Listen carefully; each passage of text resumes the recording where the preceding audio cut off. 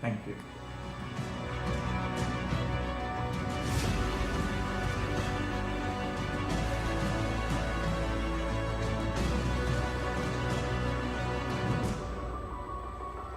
Thank you.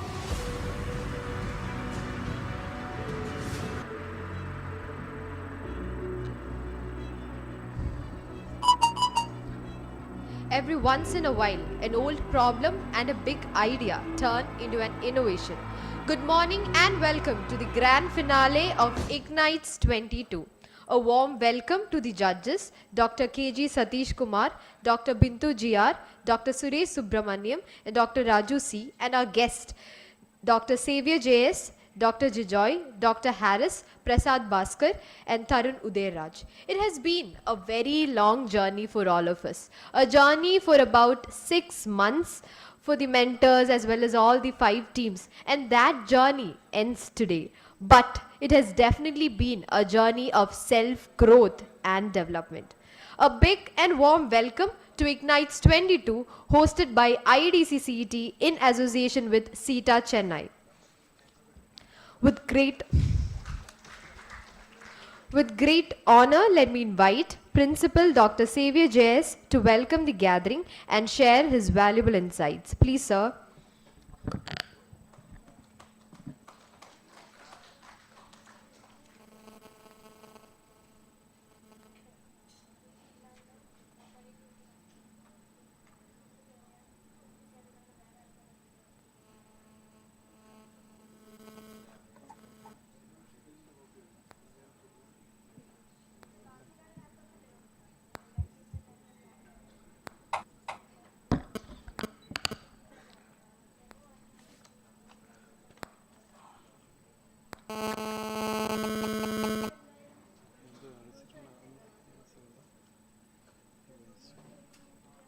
Okay, so IgnitES is a joint venture of the IEDC CET and CET Alumni Chennai chapter to inspire the students of CET to bring forward for innovative ideas and for startups. And as we all of us know, this has been initiated in the year 2021, and in which almost 6 teams participated. Six teams entered in the final of this event, and I think the team e-business won the first place, and the team renewable energy sources won the second place. Today, I think 5 teams are competing with their innovative ideas of this second edition of this IgnitES'22. And as we all know, we are, as from College of Engineering Trivandrum, we are promoting the path of innovation to the students over the last few years. The efforts taken by alumni especially needs a special mention. Recently, I think we have been participating in the Young Innovators program of under KDISC, and it is very encouraging results we received from the students. And I am proud to say that the effort taken by IEDC and the students of CET put College of Engineering Trivandrum among the top institutions in the state with almost 446 innovative ideas. And the effort that we have to see from College of Engineering Trivandrum as well as alumni is that whether we will be able to convert at least 100 of these ideas into products.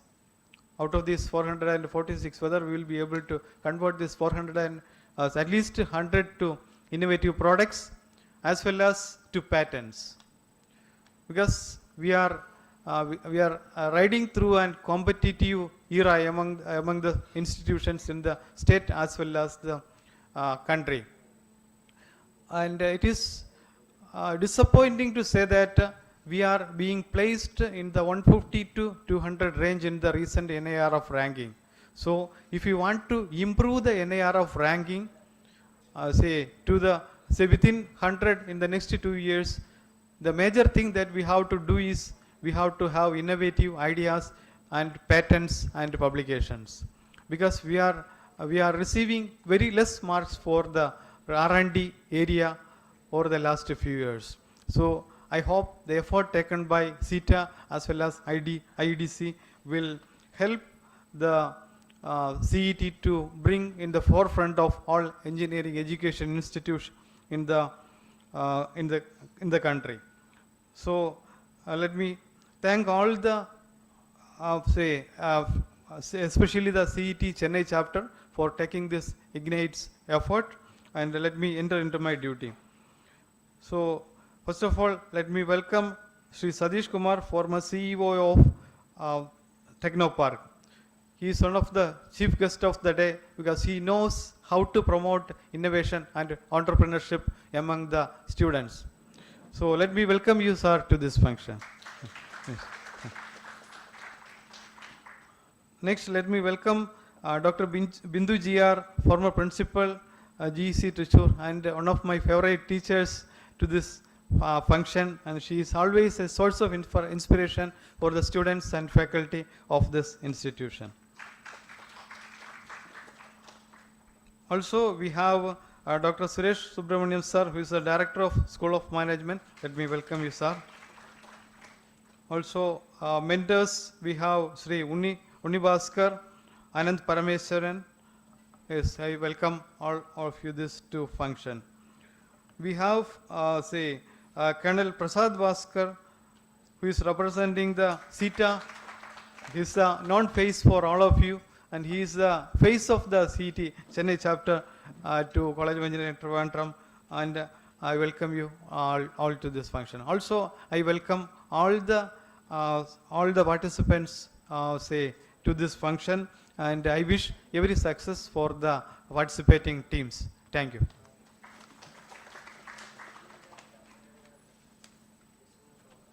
Thank you, sir. May I invite Tarun sir to present the memento to principal.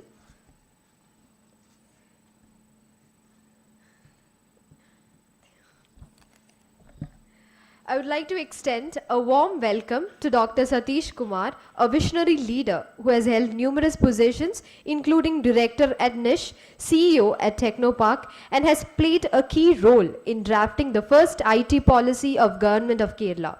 Moreover, he is a CET alumni of Electronics and Communication Department of 1982 batch. Your presence adds immense value to this event. I invite you to the stage to speak a few words. Please, sir.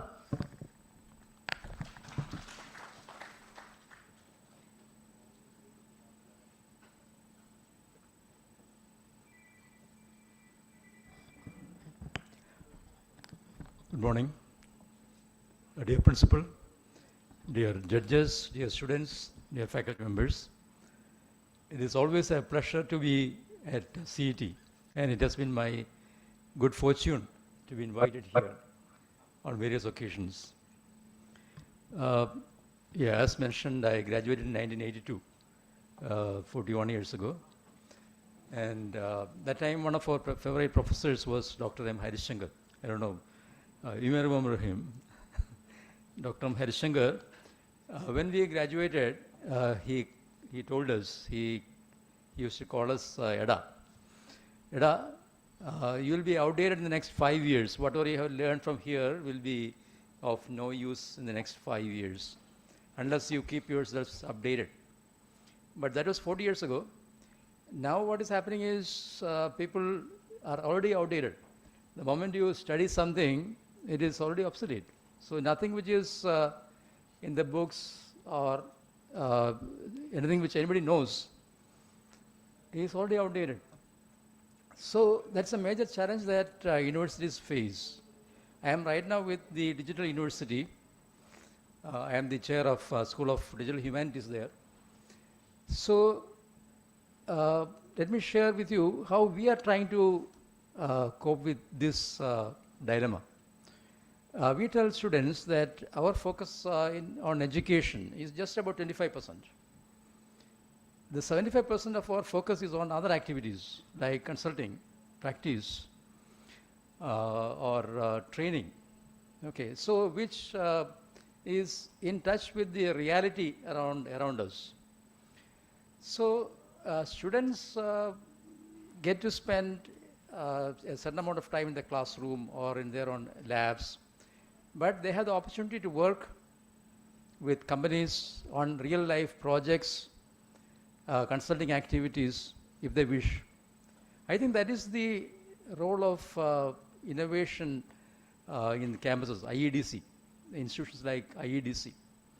So what is the role of IEDC? What function does IEDC do? IEDC gives the students the opportunity to experience reality. It is a different matter whether you really produce a good idea, a good innovation, or a product. That's a side. That is a side product. I think the main benefit that you will get is experiencing the reality, or brush with reality. Okay, what people want, what kind of technologies are trending. Okay, so this is the opportunity. So that's why colleges emphasize on innovation. As the principal rightly said, we have slid to 150, 200, I didn't know, because 5 years back it was 72 or something. On the NIRF ranking, we had a very good position. So it is unfortunate that it is sliding, and we'll definitely we should work on that. Okay, and coming again to innovation. So where do we start from? Do we start innovation from our technology prowess or idea of technology? This is one dilemma that we had faced when I was at NISH, because NISH had a tie-up with KTU to develop assistive technology products. So then, as engineers, students were looking at technological sophistication. So they will come to the table with excellent technologies, but that may not be what the user wants. User is not at all bothered about technology. What is the user bothered about? The user is worried about functionality, reliability, quality of service, quality of support, and all that. And unfortunately, that is the least concern of engineers. So I am telling from my experience. Okay. So I was just now talking with Dr. Suresh Subramaniam, and it's a good idea to have MBAs also in the team, because MBAs bring the user perspective. So where do you start your product? Do you start from the user end, or do you start from the technology end? Anybody here? Where do you start an idea from? You get an idea, so do you check whether it has an application, whether there is a user for that, or you just pursue the idea? Eh? User, yeah, that is the right approach. That is the recommended approach. In fact, the design thinking methodology also has a first step as empathizing. You have to not just understand the user, but empathize with the user in his or her real life setting. And that is a very serious, involved activity. You have to go to the user, spend time with the user, and understand his or her problems, and then come up with a solution. Okay. In fact, the quality or sophistication of technology is of least importance to the user. The user definitely needs a product which performs well and meets his or her requirements of reliability. Okay. And that's also one reason why many ideas fail to fructify into user products, because the user perspective is lost. So I hope we get to see very good ideas, very good innovations. And again, any good product is 1% inspiration and 99% perspiration. So which means the idea is just 1%. So you have to work 99 times that idea to make it into a real good product. So that's where the real effort comes. I don't know how the IEDs will implement that, because the students have a short period of time in the college. So I have seen how, for instance, IIT Delhi, IIT Madras, they all work. So what they do is they ensure a continuity. The faculty is also involved in the project. So one team of students work to a certain stage, and then it's not abandoned. It will be continued in the next team. So your idea should be productized either by you continuing as an entrepreneur or by the college through the faculty with another team to take it forward. So let us not abandon any ideas. Let us not see ideas die out when the students leave. That should not happen. There should be a continuity. So these are some of the challenges in IEDCs in campuses. So I wish all of you a nice time here. Thank you very much. May I invite Prasad sir to give the memento to our guest, please.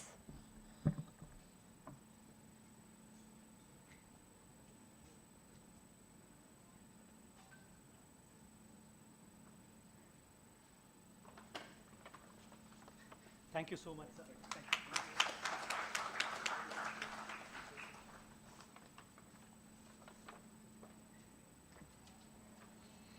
With much excitement, let me welcome Dr. Bintu GR, former principal at GEC Thrissur and CET alumni of Electrical and Electronics Department of 1988 batch, who continues to inspire us with her unwavering commitment. A few words, please, ma'am. Good morning, everyone. Dear principal, other distinguished persons, my dear students.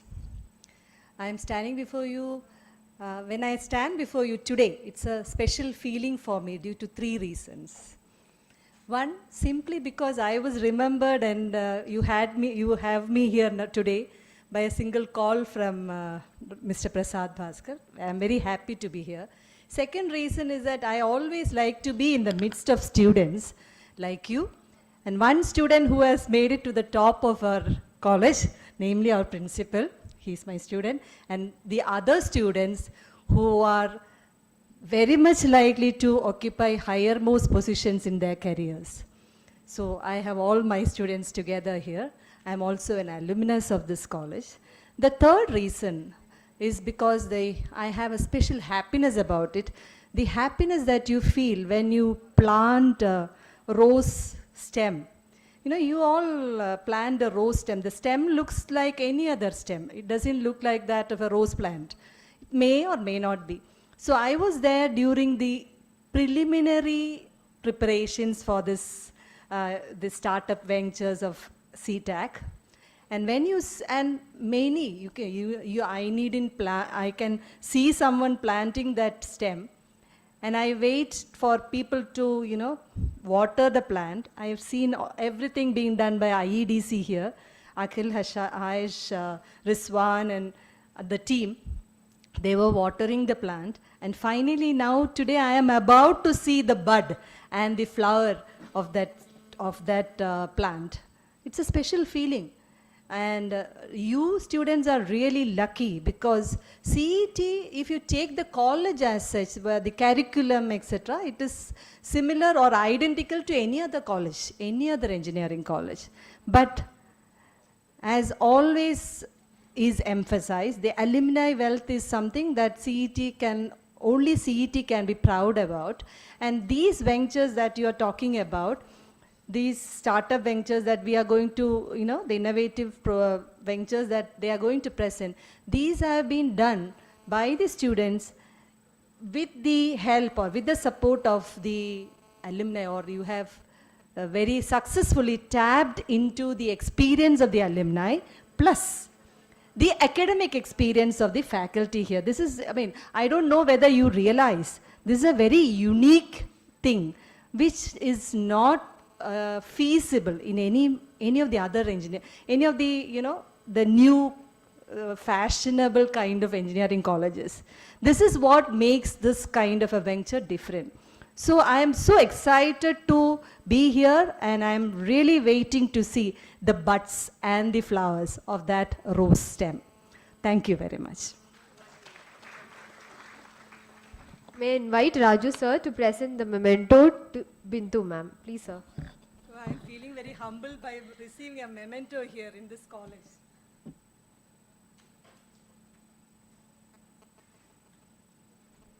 Thank you, sir.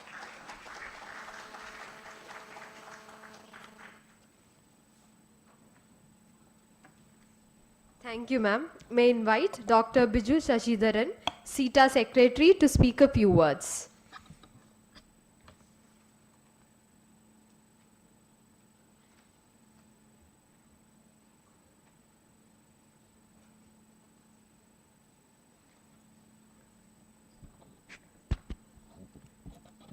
Respected Principal, respected Sadish sir, Bhaskar sir, Suresh Subramanian sir, Dr. Raju sir, then Tarun, and other student members of IEDC. I have seen your schedule, and there is even a single second is for just for everything.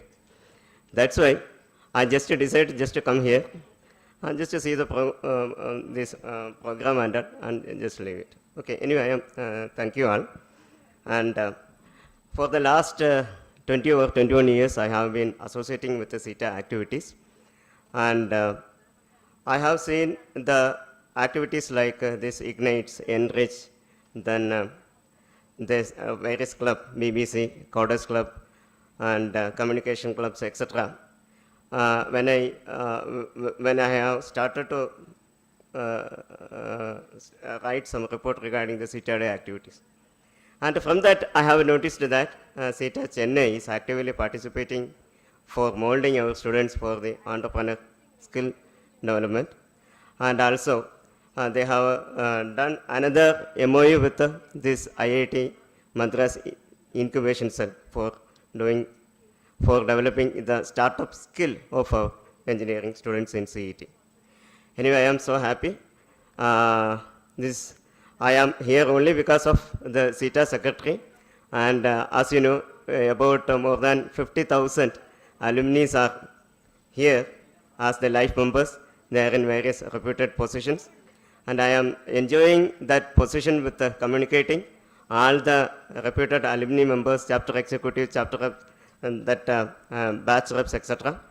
And another happy news that for any communication they are responding, for any activities, for doing some student mentorship or some financial request. For all these activities, they are really communicating with us. And also, recently, I noticed that through the Hopeless project, one student, I noticed that, and I am not mentioning about her name, and she is saying that, sir, my ambition is that I have to have my mark list without any supply in a semester. That is her vision. Okay. Then then I noticed that she got in the 5th semester no supply, 6th semester no supply, and up to 5th semester she got some purpose, and she started to compensate all these things. And mainly because of the back support she is receiving from the Hopeless activities. Likewise, here in the entrepreneur skill development also, I am expecting that much backup from the CETA Chennai chapter. So with all these words, I am giving best wishes to the organizers and all the students, and hopefully I am expecting that in the future many entrepreneurs from in front of us will come to CETA for major contributions. Thank you all. Thank you. May I invite Rizwan, CEO of IEDC, to present the memento to sir. Okay. So, without much delay, let's begin with the team presentation. So, I'll be briefing the rules, which you might know. Each team will get 1 minute for your team introduction video, followed by a 5 minutes for your total presentation, and 5 minutes will be showing a warning sign at the right corner. Okay. And you will be getting 10 minutes for Q&A session. Okay, so I repeat, 1 minute for the video, 5 minutes for the whole presentation, followed by a Q&A sessions. So best wishes to all the competing teams. Let's begin. The first team for the day, Team IoT and Control System.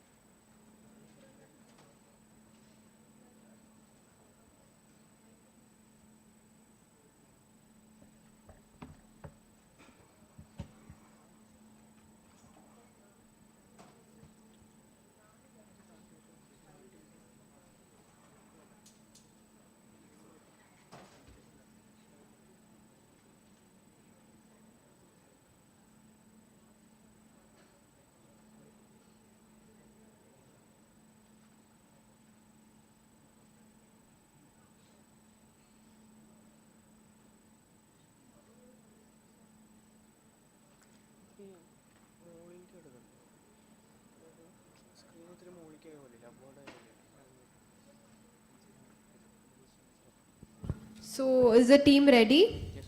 Can we begin? Yeah. Okay. So, good morning everyone. We are Team Array from IoT and Control Systems, mentored by Mr. Arjun Verma, John P. Matai, Shyam Kumar sir and others sir. So, let's begin today's presentation with a slight introduction video we have made.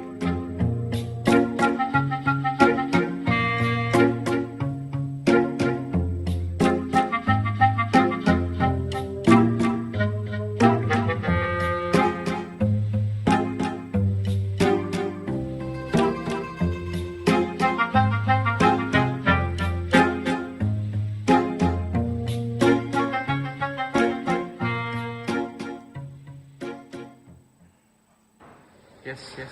Windows Windows can be confusing, but we have a solution. Let's meet. I am needed. I am Gio George. I am Rashid. We are handling research and development. I am Balaga Banas. We handle market research. I am Akshi.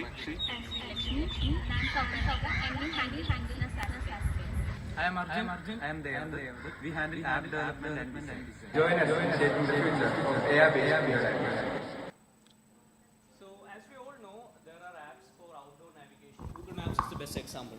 But have you ever thought of an app using which we can navigate indoors, that is inside big buildings like malls and institutions? If you take CET for example, it's a big college with so many departments and so many classrooms.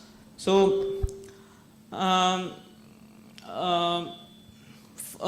if I take myself as an example, I have spent almost 6 to 7 months here, and still I find it pretty difficult to navigate indoors. So I believe I am not the only one facing this issue, nor is CET the only place where navigating indoors becomes a headache for people. So in order to tackle this issue, we are introducing Array. It's a indoor navigating application which helps the user navigate indoors with the help of 3D augmented reality arrows. So in the coming slides, we will see how our product, our app, opens up a world of opportunities for its users. So let's look at the product in great detail now. So as you can see, there is a welcome page where the user can enter his details and sign up. So suppose you are visiting a mall in Trivandrum and you wish to go to the nearest pizza outlet. All you have to do is just enter the destination in the search bar and hit enter. You will be directed to that place with the help of those augmented reality arrows like the one you are seeing on the screen now. Our app also comes with a B&T planner. That's a budget and time planner. So what this does is, say you are visiting a mall and you have your family along with you and around 10,000 rupees to spend and 1 hour to spend there. So the B&T planner gives you a list of plans from which you can choose from, so that you can spend those resources, your time and money, more effectively. Now, talking about the technology involved, a deep learning model is the heart of a project and it helps identifying the locations. And a simple Dijkstra's algorithm gives the shortest path between 2 points. So combining these two technologies, we have a product. Now let's see a concept demonstration video we have made. So here the user enters the destination to which he wants to go to. And he, as you can see, he is being directed to that place with the help of the AR arrows, like the one you see in the screen. So in this case, he is being directed to CETAA hole. Now let's look at our prototyping journey. Our prototyping phase is divided into 4 parts. The first 2 parts being the development of a 2D map, which we have already done. And we are currently in the 3rd stage of developing the image recognition model for identifying nodes. And the 4th stage, the AR navigation, is yet to be done. This is a prototype demonstration. So once you enter your ending and starting point and click navigate, you will be guided to the location with the help of this technology, as you can see here.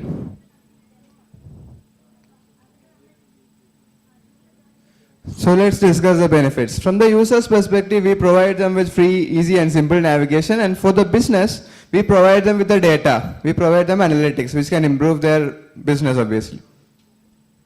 Let's go to the market part.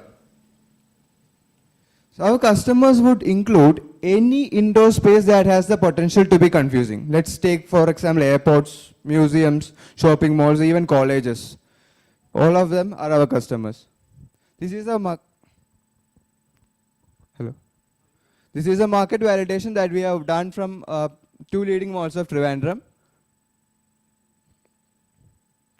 And the data that you see here is really overwhelming. This is our market size, 311.25 million potential customers worldwide, and it accounts to a TAM of roughly 2.8 billion USD. Our business model consists of mainly 2 streams of revenue, one being the ad revenue from the user, second being the revenue we generate from selling our analytics to business. That's the B&B part of it. Let's go to a detailed piloting plan. The piloting plan would include implementing this idea in 2 leading malls of Trivandrum. Then we would analyze the results, then go to Array 2.0, which would be implementing of the idea all over Kerala. Then the third stage would be implementing it in various markets across the globe. Let's go to the competitors. Here we have plotted the grid of convenience versus affordability, and we can see that Array, our app, is placed well ahead of our competitors. These are the competitive advantages that we provide.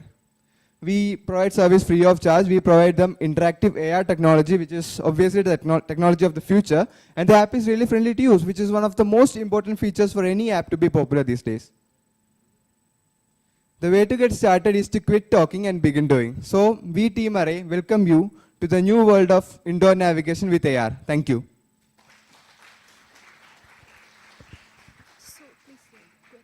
So over to the judges for the Q&A session. So team members can also join.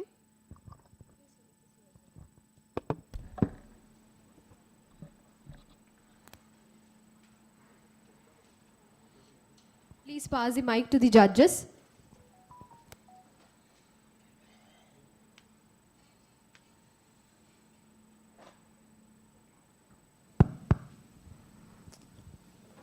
Hi, good morning. Quite interesting. Can this be used by persons with disabilities, like for instance, blind persons?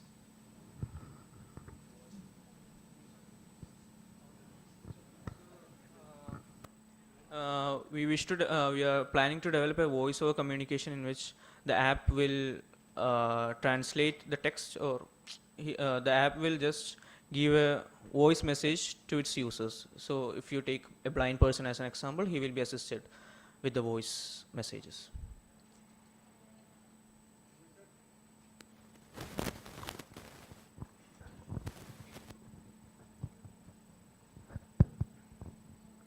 Here, my question is, you had shown some revenue. Are you planning to get this revenue only from which part of the country? Is it only for the Kerala state, or is it for when you develop into a global solution, something like that, for various malls across the world? And what will be the time period within which you plan to generate that much income? I saw some 289 million or something.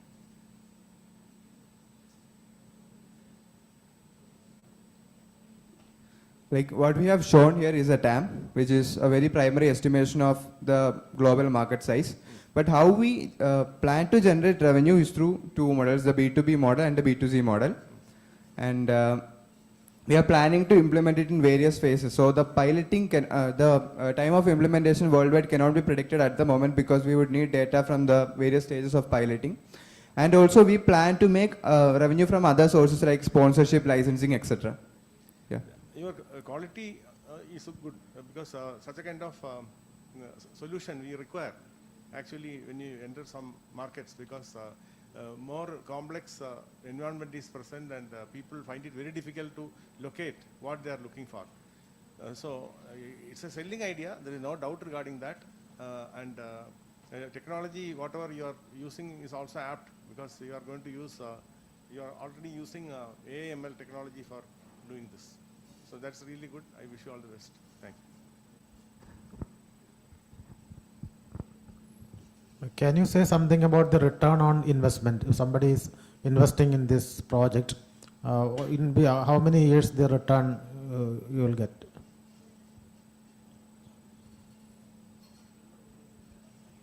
So we are currently on the developing phase. We haven't calculated the ROI yet because the exact technical cost and all that has not been calculated and cannot be done at this phase. So only after doing that we can get the large estimations done from the B2B part. But we have done a primary estimation of implementing this in our college, which would be about 5,000 rupees, and we would take a time of 2 months to do that on our college on one department. That's the estimation we have done so far.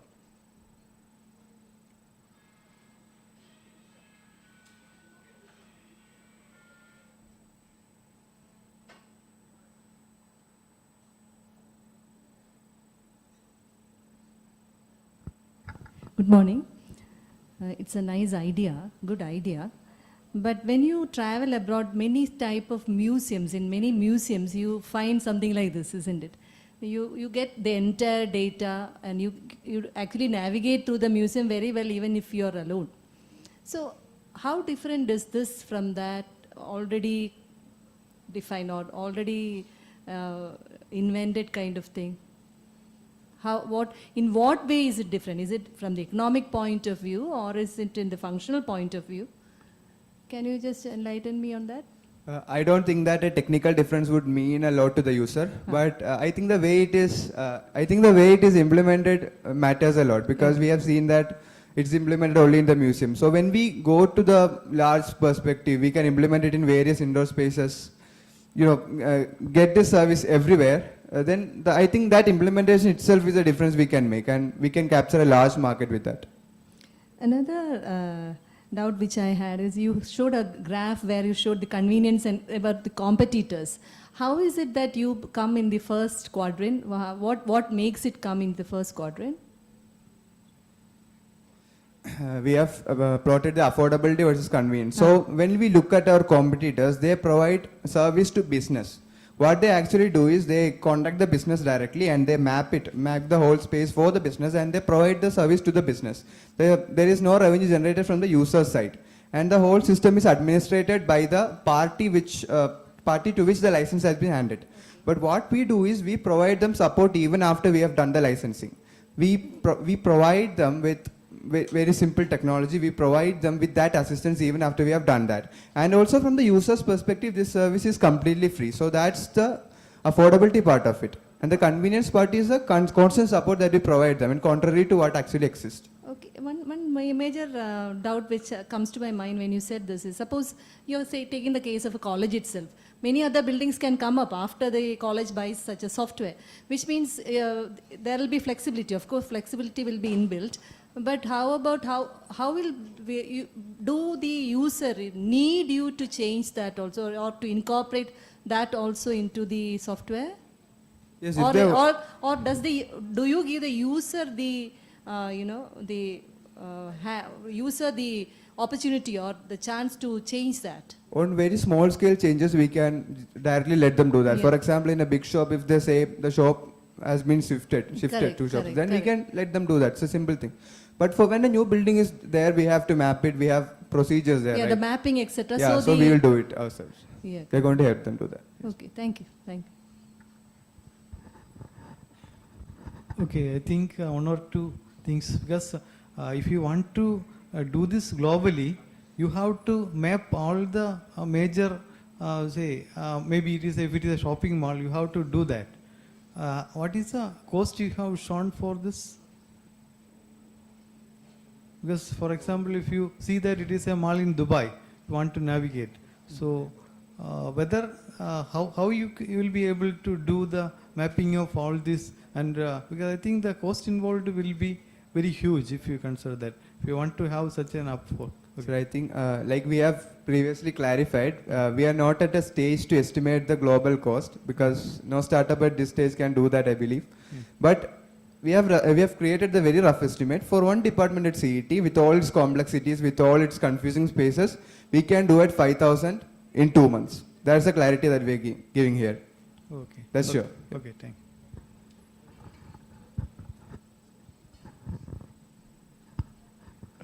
Okay, so that means you will need to do it for each and every building, one by one.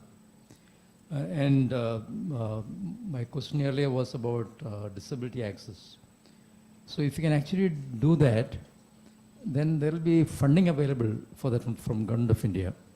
For example, right now for disability access, what they do is they will have to put stripes inside the building, and that costs a lot of money. So if you can position this solution as a solution for blind people, that could be a good starting point, because then it can be extended to anybody else. Okay. So when you answered that question, whether you can add voice to guide, is that already available, or do you really plan to do that? And sometimes even better than voice, maybe tactile. So because they may need to hear other things, so this should not take away their hearing bandwidth. Yes, sir. We have at one point thought about it, and we have certain ways in which we can tackle that issue. We can maybe use vibrational signaling. We can maybe integrate that vibration system in their specs or something like that. We have various technologies available, and at a later stage of piloting, we'll surely look into it. Can I ask you a question? This is regarding, if it is in Google Map, we have longitude and latitude. Here we are talking about a building which is having multiple floors. So, how suppose you showed me the way to CETAA Hall from the main entrance. Similarly, if on the first floor we have mechanical process office in that particular place. So, what is the kind of technology you are going to, the same technology, will it work here for upstairs of one building? Longitude and latitude will be the same for all floors, for each point. What we are actually using is a graphing method actually, not longitudinal. Basically, if we plot every nodes, basically, like let's say for this hall, there's a point at the outside of it, and we'll be connecting that node using stairs. But if you plot a three-dimensional building into graph, you can actually stage into stage 1, stage 2. It will go like as a like like ഒറ്റ പ്ലെയിനിൽ കിട്ടും points മൊത്തം ഞങ്ങൾ നോഡുകൾ ഉപയോഗിച്ചാണ് mapping നടത്തുന്നത്.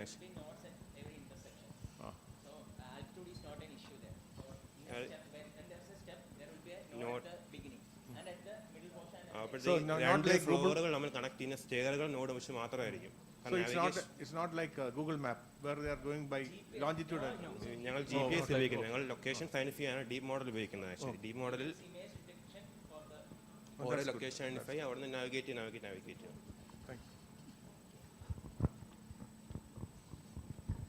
So thank you, team IoT and control systems. So moving on, the second team for today's presentation is team construction. So I would like to repeat that the time for presentation is 5 minutes, and after which a warning sign will be shown, and the time for Q&A session is 10 minutes, after which we will be again showing a warning sign.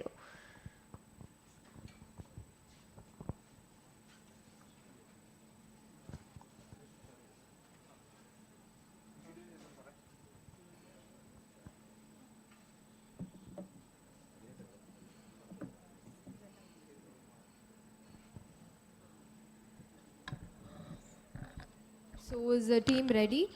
Yeah. Yeah, so we are starting it off. Team construction. Good morning, everyone. Myself, Ajin Chandran, representative of Team Construction. We have a dedicated team of mentors like Unni Bhaskar, Benny Kuriakos, Prasad Bhaskar, and Aisha S. And we are here to unveil the blueprint of excellence and innovation that will redefine the construction industry.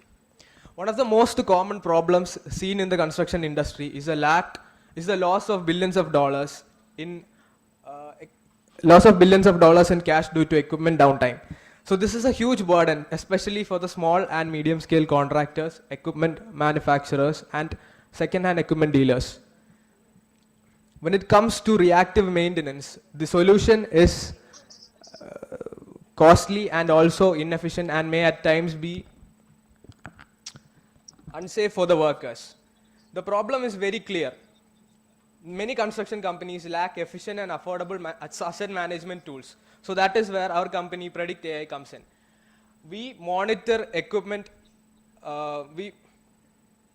We monitor equipment health, predict issues, and provide actionable recommendations, reducing downtime and expensive repairs. Our solution is so innovative that it has the potential to change the construction industry and the way managers or contractors can better manage their equipments. So some of our key features of our product are real-time alerts, equipment tracking, performance analytics, and much more. So coming to the unique thing about our company is that we provide simple, customizable, and actionable solutions so that a company can focus on its growth and not equipment failure. To give an operational aspect of our product, I'd like to call upon Arjun, followed by Yadu. For showing the working of our system, we have taken the implementation workflow of a construction excavator. First, we will examine and identify all the technologies available to us in the equipment. Now, if there's a sensor data file present in the equipment, we will use it to we will analyze it using our software and use it to train the data. If it's not present, we will use sensors within the system. We'll implement sensors within the system so that we can get real-time data from the equipment. We'll use the data, process it, and use it to train the model. The model will then give predictions and analytics to the user through our app or website. Relevant insights will be taken in and will be used for retraining the model. Now let's see the demo of Predict AI.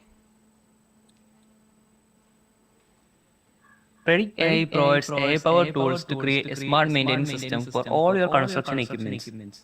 We can upload a DVC file or connect to a live equipment in the user interface. For our demo purpose, we will add a test file which contains sensor data from the issues of the equipment. We are reached with a comprehensive dashboard showing information about the construction site, equipment, and the model. Users have the option to choose from various system insights, but here we are using a hydraulic system for our demonstration. Different parameters like pressure, flow rate are taken and predictions are produced. For clarity, visualization of the performance is given in terms of pie chart and feature plots. Moving on with our customer segmentation, we are currently targeting on some small and medium equipment manufacturers, construction industries, and also second-hand equipment dealers. And as a target, we are currently focusing on tech-savvy contractors who are facing downtime and also equipment maintenance, and also second-hand equipment dealers who could use our solution to elevate their offering are our ideal partners. And saying about the positioning, we position ourselves as a go-to solution for this target segment, and making affordability, customizability, and ease of use our key differentiators from others. Talking about the competition, we face a direct competition from IBM Maximo, and some of their key features are mentioned here: user-friendly dashboard, health score, etc. And we are also providing the similar kinds of features with a better customizable rate and affordability. Some indirect competitions are from Upkeep and Fix. They are also AI based, but mainly based on automation. Let's move on to the pricing. We are having two pricing models. One is subscription model and another is service-led agreement. In service-led agreement, we will be having some kind of profit sharing partnership with our customers. In subscription model, we will be having two kind of model. One will be quarterly and one will be yearly.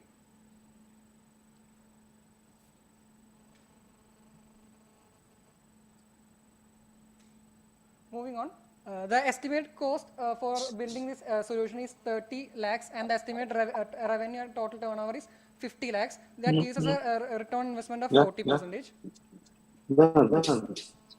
Looking at, we have a very clear plan. The initial year, we would like to implement our minimum viable product, and in the following years, we would like to go for market penetration and expansion. And by the 5th year, we would like to expand globally, and also different industries and sectors, as this idea is not confined to one industry. So to conclude, I truly think that this idea could revolutionize how small and medium our segment could actually get the goodness of asset management. Thank you.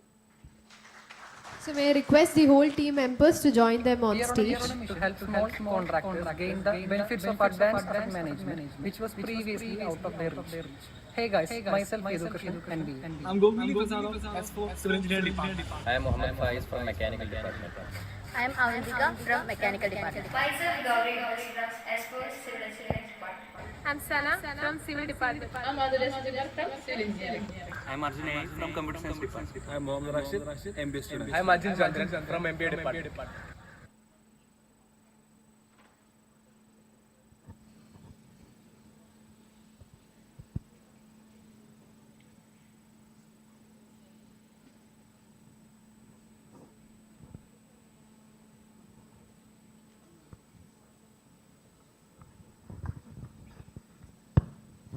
Okay, those cost figures you showed, they are rupees or dollars or what? Rupees, okay. Yeah, because you have been using dollars in between, so I'm sorry. Okay, now, for the minimum viable product, who is your customer precisely? Precisely, our customers are small and medium contractors, second-hand equipment dealers, which is a huge industry, and also equipment manufacturers. But they have different requirements, right? For instance, equipment manufacturers and small and medium contractors may have very different requirements. So do you plan to use, say, sensors or IoT or technologies like that? Yeah, we will be implementing sensors and IoTs into different cases because in each, if we take an example of an excavator, the sensors and IoT needed will be different in the case of a crane. So we will be implementing different sensors and different IoTs for different. Can you describe your MVP, minimum viable product? We have two sides to look for. One is the hardware part and software part. For the hardware part includes the sensors and the IoT device, which we have estimated about 35,000 for a minimum viable product. Then for the software part, we have planned to use AWS IoT, cloud for storage, and around 5,000 rupees is a monthly payment subscription for them. So around 35 to 40,000 we are planning. I have one question. See here in a construction industry, mainly the number of rotating machinery, maybe concrete mixing is going on one side.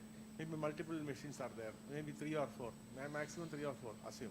Even for a multi-story building, we can assume that we are not seeing more than that. So for such a kind of implementation, 30 lakhs to 40 lakhs is the cost of one implementation you have written. Is it not too high for doing some kind of instrumentation for getting the kind of vibration, measuring the vibration or? So that 30 lakh is it's about the estimated total cost, right? Total, that's what I was telling. The estimated total cost includes all our expenses, including the making of AI model and all, even the salaries of employees, and all our expenses are included in that 30 lakhs. What kind of AI model do you require in this? It is measuring the vibration and saying that the bearing is about to be replaced, something like that. So what kind of AI model is required for the functioning of that? So we are taking in different features, like not only vibration, we will be using other features also. And for this current scenario, we have only used a classification model. Specifically telling, it's a random forest classification model. We are used for the prototyping purpose, and we will be implementing different features. Now, for just with the vibration, we cannot tell if a bearing is gone or not. So we'll be other wear out sensors, and we'll be like thickness of the bearing, something like that. We'll be measuring. For that, you need to stop the machinery and then measure the thickness. So that kind of thing is not viable. We cannot be removing the bearing and see it. So here you are doing the predictive maintenance, you said.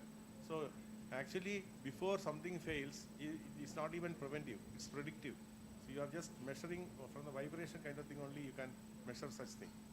And based on that, we are making a prediction that it will go wrong at one point of time, so better change it. So think about that and do the changes. For the bearing and all, we will be applying sensors like accelerometer and all that can give us the indication about if the bearing is going to stop. So that will give the indication to the AI model. It will give us the results. Because it is not only bearing, all the sensors are integrated into one model. So it's not the case of one thing. Okay, if you would have implemented that preventive maintenance, that module also, it would be beneficial for the customer. So have you calculated the cost benefit of customer side? Sir, I will explain that with an example. Suppose if a customer is having a loss with maintenance of suppose like 1 crore, then if they are taking our software and we promise to reduce that 1 crore to 50 lakh, then their per year profit is 50 lakh, and from that profit only we will take a small percentage as our. Okay, it is only a rough calculation, or have you done any cost analysis? It is a rough calculation, but we get into this calculation with a meeting with our vendor, which is an industry expert. He also confirmed the same. Okay.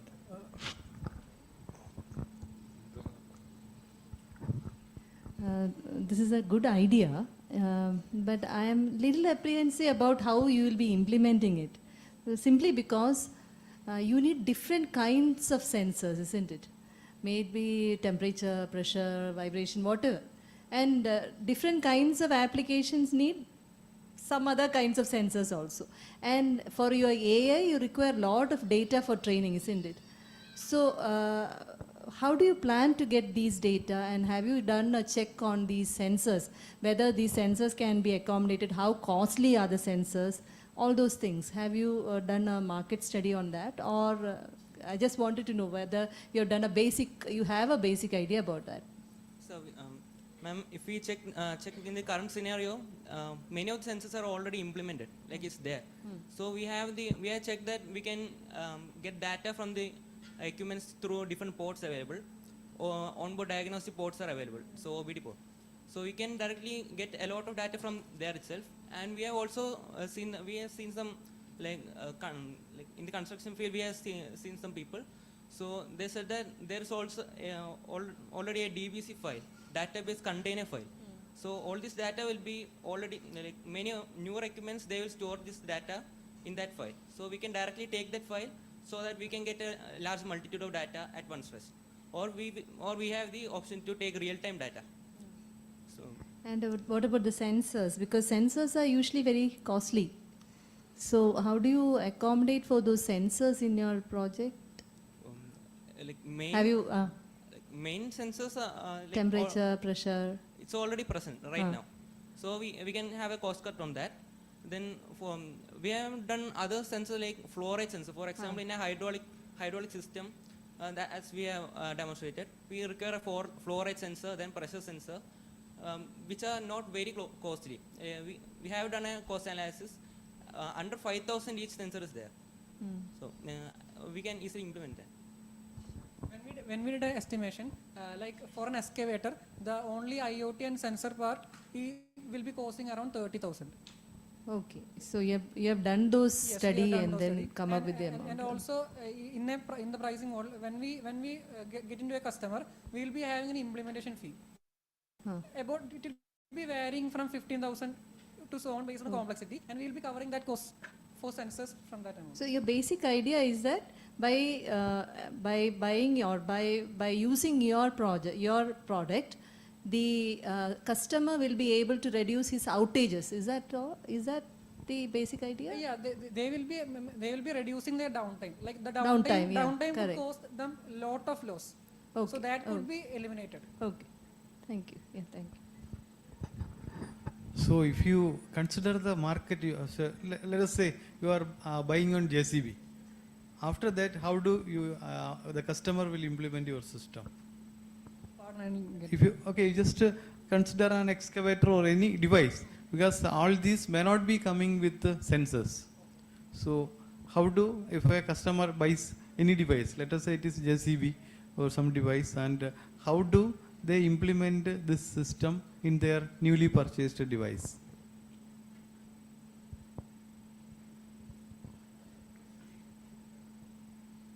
We can directly approach them, like checking on the logbooks and giving them an assurance that we will reduce the downtime, or like we will first we will implement. I think you have to implement it. Yes. They will not, customer will not be able to implement. Even in JCB, like we had some discussion with some technical teams in JCB, and they even confirmed that even the new models have some ports that gives out data. So, so it is easy for us to gain about 70% of data from the ports, and rest we could add some sensors. Okay. How do you identify that bearing of a fan is, say, having some problem? If you see that a ceiling fan is having some bearing problem, how do you identify that? Actually, the sensors and technical part was handled by one of our team member. He had an emergency with this, so that's why. Yeah, so fan, we can implement different sensor, like one is No. How do you identify? Okay, by sound. Sound, right? Vibration. I think sound is another important factor that you can also look into in all these devices. Whatever I feel, because sound can be also used, because if you are going for AI/ML based systems, you just look into whether sound will also give indication regarding the functionality. That's what my feel. Okay, thank you. So thank you, Team Construction.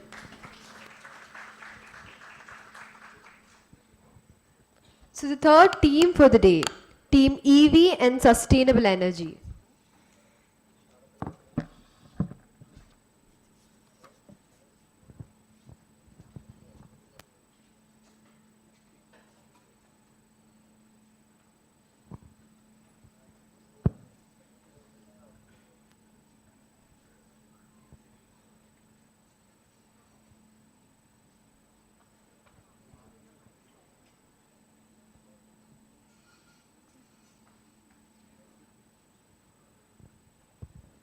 So I hope the team is ready. Can we start?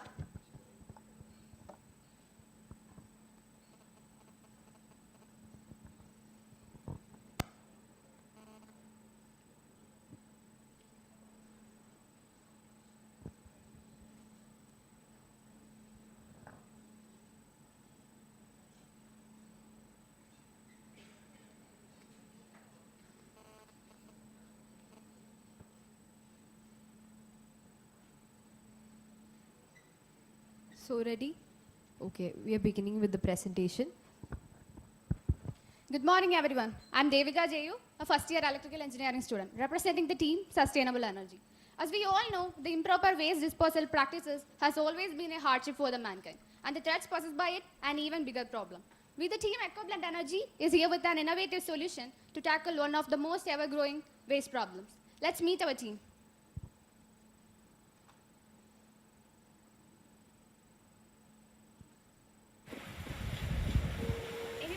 There is always heaps of waste on Earth. For example, just take a look.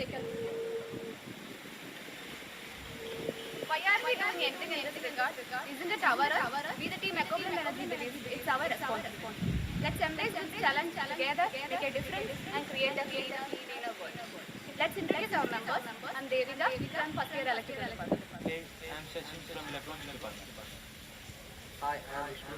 And I am Grace. We are from electrical department. Hi guys, I am Srinam. I'm Alan. I'm Gauru and we are from mechanical department. I am Durga. Myself Sara. We are from India department. We are fortunate enough to have three wonderful mentors, Mr. Madhu Ganesh, Mr. Madhukumar Krishnan, and Professor Arun Raj from electrical department. Inviting all your attention into the problems we have identified. In India, about 336 million girls and women are experiencing menstruation. 48% of the rural women and 77% of the urban women uses sanitary napkins in their menstrual days, contributing 9,000 tons of sanitary wastes annually in India's landfills. It takes about 500 to 800 years to totally decompose. And most women in rural areas lack the facility for incineration or burning for disposal of these wastes. Coming into our solution, pyrolysis is actually a viable potential solution in which the thermal decomposition of our feedstock, which is the sanitary napkins, takes place, converting the products into valuable products like pyro oil, pyro char, and sludge, which can be used in various industries. As a first step, we plan to install a small-scale pyrolysis unit in the CET ladies hostel. The key features of our idea. The pyrolysis process is actually well proven and established. The product diversification, the commitment to eco-friendly practices, and it's a viable solution to the problems faced by sanitary napkin workers and menstruating women. and the application in the energy sector. Coming to the methodology, it's a flow diagram showing the process we are using in a pyrolysis reactor. If you look on the screen, you can see a pyrolysis unit that is based on a methodology, and it was provided by Chennai Environmental Protection Technology Limited as per our inquiry and our methodology. And as we go further towards the global market size, we can see that it is about 12.3 billion sanitary napkins that are directly dumped into local dump yards and landfills, and all these raw materials directly go into complete waste. And other than that, the world is shifting towards a phase where sustainability has become a key factor. Now, as we talk about the market approach, there are two directions. The first direction is that we follow the services we provide, that is promoting sustainability, circular economy, and proper waste management structure. And the second one is the product base, that is we provide bio oil and biochar. Now, our customers are also divided into to whom we provide the service, that is the NGOs, the governments, and the sanitation workers, as well as the menstruating women, and to whom we provide the products, that is the steel and the cement industries and similar industries that use the furnace oils. Now, as we did our market validation and understood our market, we were able to identify certain of our competitors and understand a unique value proposition. That is, we follow a decentralized system where all these pyrolysis units are provided at certain locations where there are a number of societies and hostels, and the pyrolysis unit is given to their locality.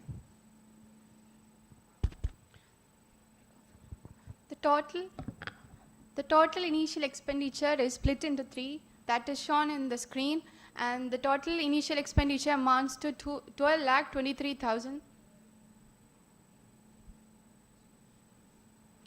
The total revenue is generated through three various sources, and there are the sale of bio oil, and which is charged at rupees 55 per kilogram, and the sale of biochar, which is charged at rupees 40 per kilogram, and service charge for collecting used sanitary napkins, which is charged at rupees 15 per kilogram. Moving to our business model, the value propositions are: our project is an eco-friendly solution to dispose used sanitary napkins, and it will reduce environmental pollution and promote sustainability. And also, our project attract the CSR funding. And we have prepared a 5-year traction plans, which include by the end of third year, our return on investment would be 21.6%, and our BEP is at 2.47 years. And our 3 phases of implementation plan involves: year 1, establishing the foundation. That means we are planning to prepare a pyrolysis unit at CET ladies hostel, and year 2 expanding the operation, and year 3 consolidation and growth. As we came to the conclusion of our presentation, I would like to end the presentation by a note on where we try for a positive difference to the world and lighten the unlightened lives of many more by addressing this issue. Let's create a sustainable future together. Thank you. So I would like to invite the whole team members to the stage.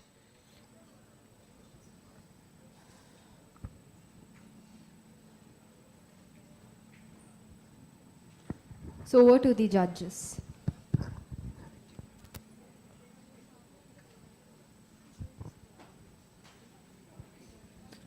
Yeah, okay, definitely a very useful and much needed solution. A few clarifications. Is this a product or a service that you are selling? Sir, our primary aim is on the service, because we need a safe and proper disposal of sanitary napkins for the rural women. So that means you will lease equipment to the customer, so they will not have to buy equipment from you. No, sir. They didn't need to buy. We are actually planning a decentralized system in which we are buying the small-scale pyrolysis unit from manufacturers, and will plan it on collaboration with local self-governments in the villages. And after providing proper awareness and open area discussion sessions, we will create the people aware of our idea, and also the taboo. It's a taboo-related concept in many of the places. we will aware them and will make them Okay. friendly with our idea. Fine. How about the economy of scale? What is the minimum scale that you need? How many people do you need in a community to install this equipment? As a first step, we are planning to install it on CET ladies hostel. Yeah. We need the pyrolysis unit we have mentioned in this request 150 kg, just a maximum capacity of 150 kg. So it will serve how many people? It will be good for say 1,000 ladies. Yes, sir. For the small scale unit can serve about 2,000 ladies. So what is the minimum such number that you need? It will depend upon the capacity. No, of definitely our it cannot be okay for say 5 people. It's not. It may not be viable. So what is the minimum number? For 150 kg capacity, we need approximately minimum 800 customers. 800 customers. So that is your minimum viable size. Okay. And this 12.23 lakhs. So what is that actually for? The cost is for 6.75 lakh rupees for the unit, and salary includes salary for 2 laborers, the transportation cost for collecting the feedstock from different communities and gathering it, then the cost for electricity and other miscellaneous maintenance and operations. Yeah, actually, you are mixing up investment and operational costs. Some of this should be operation costs, right? They are So not the for initial investment. miscellaneous cost. Operation, actually the electricity is needed for operation. Okay. Here, the main concern is your project is sustainability. Yes. In one of the slides which you showed, the flow diagram or something, I saw hydrocarbons as a result of burning. Is it burning? What is the process which is, you said pyrolysis. But hydrocarbons is one of the byproducts which is coming out of that. So how it can be sustainable if it is hydrocarbons coming out of this? Sir, we have discussed with the Center of Sustainability Development in our CET unit, and we have discussed with the faculties, and they suggested us to have some fume control units along with this pyrolysis unit. We have to design fume control units that can make this hydrocarbon vapors and less toxic. I saw that there are other methods also. For example, salt or something, if it is mixed with this kind of napkins, it will automatically get dissolved. To what extent, when you compare with such kind of processes which already people are researching on, will this be more sustainable than that? Sir, before coming into the pyrolysis unit, we have a dryer in which the sanitary napkins are dried and converted into the foam that we need, and into a shredder. It will convert the plastic into our feedstock into fine particles, which can be used in the pyrolysis reactor. So it's a pre-treatment that we need for using it in the pyrolysis unit. Thank you. After this pyrolysis process, you will get some residual waste. How will you handle that residual waste? Sir, actually, the waste that we can mention is these hydrocarbon vapors, which are toxic. According to our research, we can use a fume control unit, which will make them less toxic. And the other products are sludge, char, and pyro oil are the main products. The char can be sold to other industries, like agriculture, fertilizer manufacturing factories, that they can make it into fertilizer after possible processes. So there is no actually a solid waste sludge. It can be also sold to other industries like agriculture, fertilizing industries. And one more concern, that 50 rupees 15 per kg, that collection charge, I don't think that people may pay. People may be willing to pay. How will you face such a situation? Sir, we are actually, in the first stage, we are planning to focus on the villages. As a first step, we are planning to install in CET ladies hostel, and at the next stage, we are planning to install it on focus on village women. And we need a collaboration with the local self-government, and after giving proper awareness classes and open hall discussions, we will make them aware what our idea is, what is the process we are doing, and what's the need for it for a sustainable future. And we think this process will make them attracted towards our idea. And on the expansion, we are planning that they will be ready for this. You mean from the LSGD department you will get that money? So other than that, like right now when the governments are collecting up, plastic waste from us, there is already a nominal charge of about 50 or 100 rupees from the government itself. So I think rupees 15 per kilogram is a nominal fee that we take from a large institution, because it's not from a single person. Because it's a communal society. There are a variety of societies as well. So rupees 15 per kilogram is nominal. So I think it won't be much of an issue over there. Okay.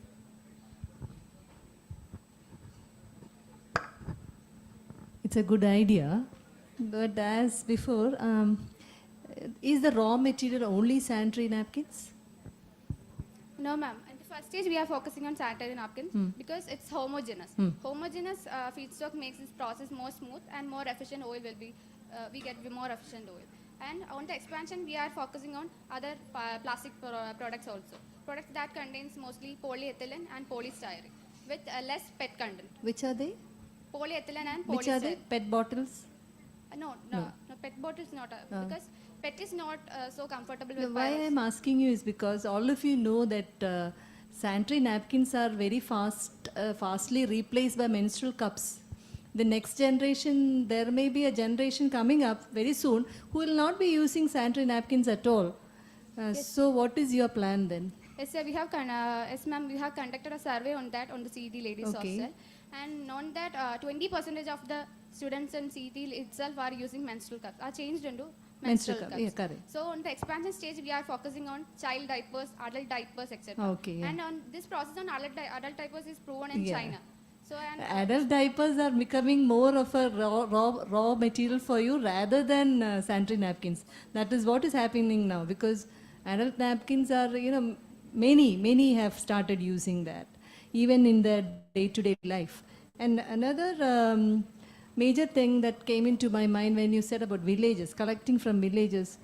For one thing, we don't have a real village in Kerala, but if at all there are villages, I think mostly they won't be using napkins. You may not get that much quantity. For the service provider, you may not get that much of a quantity there. Ma'am, actually this idea came from me after witnessing a situation in my village. Because these sanitary products were thrown all around on the sides of the road, and I witnessed the people being uncomfortable with this. Correct. That was the origin of this idea. Yeah. So as a villager, I personally feels that in schools, primary schools, etc., in villages don't have proper incineration facility. So some of the girls refuses to go to schools on their periods because of this issue. Correct. What you did is a good, your idea has come up from that, good. But will you get that much of a quantity as was mentioned by you? That was the, if you have done a market survey or like a survey on that, then it's good. Actually, when we take a place, if few of the villages have less amount of people, we're going to gather them together to one service provider. So until we get that amount of quantity, we'll cluster them together and get the amount of quantity. Yeah. So just the expansion will be there, but we'll get the amount of quantity. I would say, meanwhile, also be in the lookout for other kinds of raw materials as well. Okay, that is good. Good.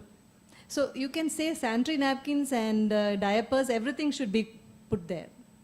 Otherwise. Yes, ma'am. As part of the expansion plan, that was put there, Good. but due to the time constraint. It's okay. Yeah, okay. Thank you. But they are all made of the same material, isn't it? Yes, ma'am. But they all come under the same. Yes, ma'am. They all come under the homogeneous part, and yes, ma'am. We can use that over. Okay. Thank you. Yeah. Thank you. Okay, I think one or two things I noted is some figures noted for the transportation as well as for electricity charge. How do you generate electricity, and how do you are making that more sustainable? Yes, sir. For the first phase, we are using the electricity from the grid itself, but then we can use solar panels as well for the generation of electricity. But as of now, we did a preliminary analysis itself, just converting the unit cost, how much for unit electricity and all, just a preliminary analysis of the cost right now. Okay, because I think if you consider the electricity generation from thermal stations, approximately 800 grams of carbon dioxide is being emitted for one unit. So what is the unit number of units being consumed in one day for your 150 kg? So that much analysis hasn't been done because we just contacted the provider, the pyrolysis unit provider, and they just sent us a quotation about the estimation and how the unit will work and the efficiency of it. That's Yeah. what is provided by us, and we'll obviously look into it more. Okay, how to conduct a detailed study, Yes, I sir. think. Okay. Thank you, Team EV and Sustainable Energy.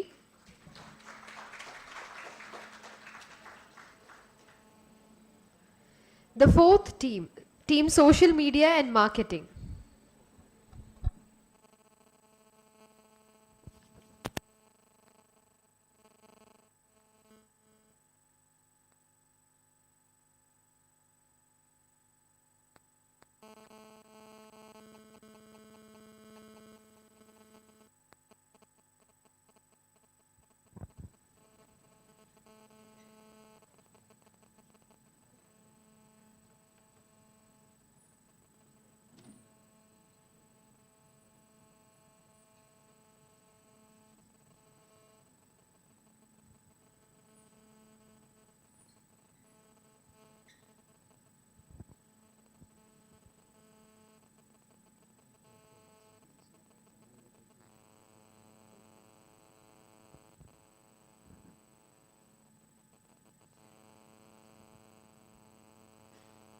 So is the team ready?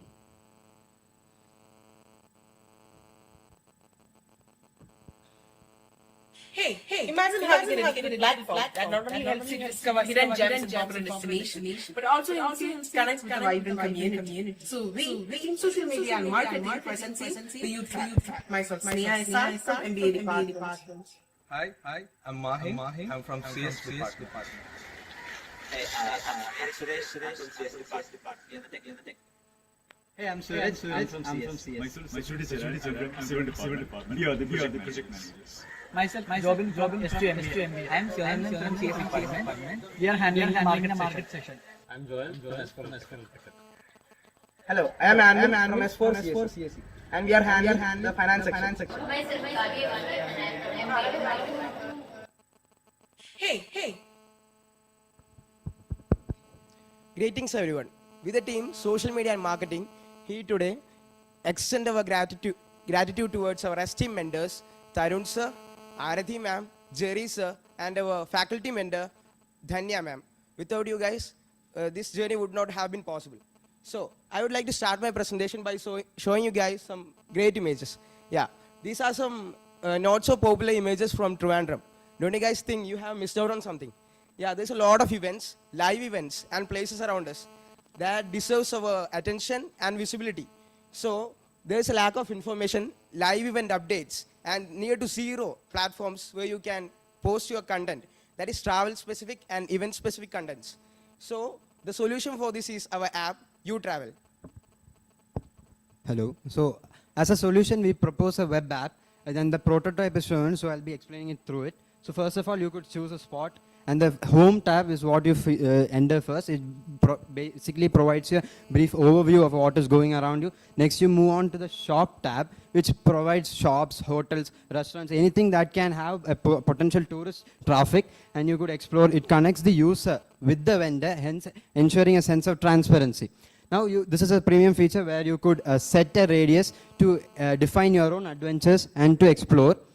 Now, next part is the events tab, which is an execution of the previously mentioned problem statement, where the user basically, it ensures that the user don't miss out on any of the local events. So, and keeps them posted, provides them a platform to actually get detailed information and a method to book tickets as well. Community page basically provides the backbone for the entire platform. All user-generated content is produced from there. You could post details, blogs, etc. over here. And that's it. Now we'll be moving on to the market opportunity. Yeah, so we have noted that around 1.33 crores of domestic tourists visited Kerala in the year 2020. Remember that it was a post-COVID time. And out of this, around 25,000 rupees in revenue was generated. Now, the online tourism revenue is around 1,000 crore. Now, imagine the possibilities we could achieve if we are actually able to tap into a fraction of this amount. And next, we have estimated the commercial viability after 2 years of pilot projecting. Where, once we have achieved a user base of around 1,000, we expect to achieve the breakpoint at the 4th year. The gradually incrementing running costs is due to increasing costs in hosting the web servers. Yeah. So now, moving to the revenue model, we have three modes of revenue. The first one and the primary one is the ad revenue. The second one is the featured listings. So here, the local event organizers can actually approach us for featuring their event on our platform on the payment of a commission. The third one is the ticket sales. Ticket sales for local events can actually be ticket sales can be initiated through our platform. So what actually differentiates us from a normal ticket selling platform is the fact that we are actually providing them a space to promote their content. Now, moving on to unique selling point. So we are a travel specific social media focusing on local events and lesser known destination. So we do have the power to influence social media users and create trends. So considering the fact that we are the only online platform giving live updates on local events, so it's our unique selling point. Now moving on to the plan of action. So this is basically our the pilot idea. So it will be consisting of 4 phases. The first one will be the website launch. So we have already created a demo website which we will be showing during the Q&A session. The second one is the community development. So at least some of you might be wondering how exactly we are going to create the community. So we will be primarily focusing on the students group to create our community. Now the question arises, so why the students group? So students are like a kind of vibrant community who are like really interested in traveling. So through their collaboration, it will actually cater to the initial content requirement of our community. Now the third one is the promotion or the marketing phase. So we will be implementing marketing strategies to to kind of pitch it in a social media form. The fourth one is the initiate paid services. This is actually the revenue generating phase. In this phase, we will be onboarding travel influencers, local event organizers, etc. So we'll be primarily focusing on ad revenue in this stage.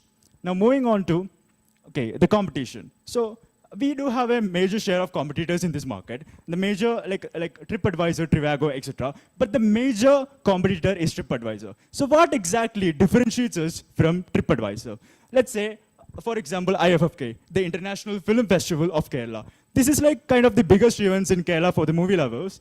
So if I literally search IFFK on TripAdvisor, I won't be getting any content related to with it. So, but through our platform, a person can actually access any information related to IFFK. So that's the major difference. So now, moving on to the prototype status, we have actually showed the a demo of the prototype we have in the solution slide. Now we will be showing the demo website in the Q&A session. So that's it. Thank you. So may I request all team members to join them on stage.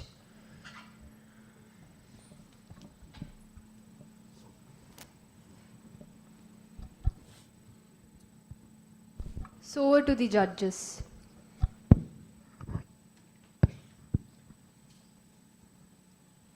Okay, so I think you're shown break even in the 4th year, but there will be a lot of cash burn in the initial years, right? You have to, so have you accounted for that? Have you estimated how much cash you have to spend before it starts generating revenue? So on the initial stage, we will be calculated on the least amount. The main amount we have to use for the hosting of our website, and also for the marketing. We need to get a user base, so that we need to inject some amount to the market. So that is the initial amount we have to calculate, and we will be getting a lesser revenue, that the revenue from the ticket sale and the ads we will be posting. So that will be the least amount we have shown. So the minimum risk will be the least minimum risk we are showing.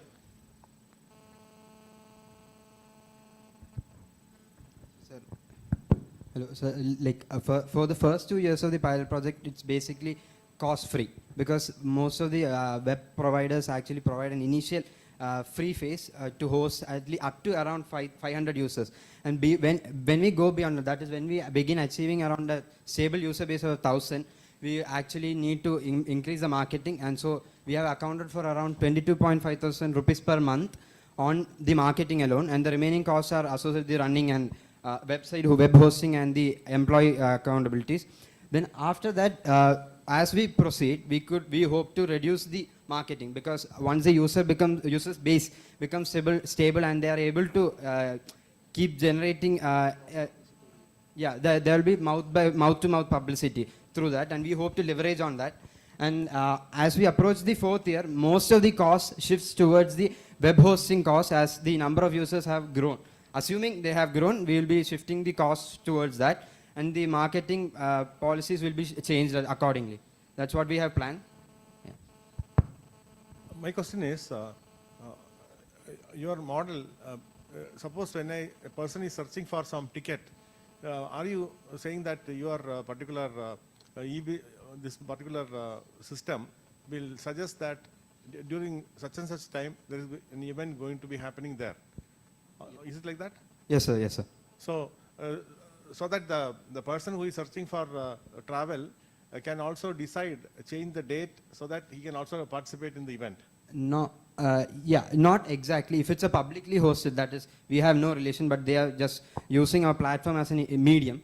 We wouldn't be able to bring a flexibility onto that. But on other, if it's some sort of travel package or some sort of that pops up through our platform, we'll be providing means for a flexibility in that. Events most probably will not be flexible, according to you, sir. I understand, but the person will be informed that such a kind of event is going to take place. Accordingly, if you want, you can modify your travel plan. Yeah, yes, sir, yes. That suggestion, it's a recommender system. Yeah, yeah. It's a recommender system. So this kind of product is having a lot of value. Definitely, there is a chance that it will click and it will definitely get you revenue also. There is no doubt regarding that. Thank you, sir. So how does it differ from already existing app like Book My Show, etc.? It's not focused on actually booking tickets and events. It's actually focused on the travel events, travel events and the craft stores, etc. So literally in Book My Show, if you want to watch a film or if you want to attend an event, we should go and search there is a popular movie, so we need that ticket. So we go and search the.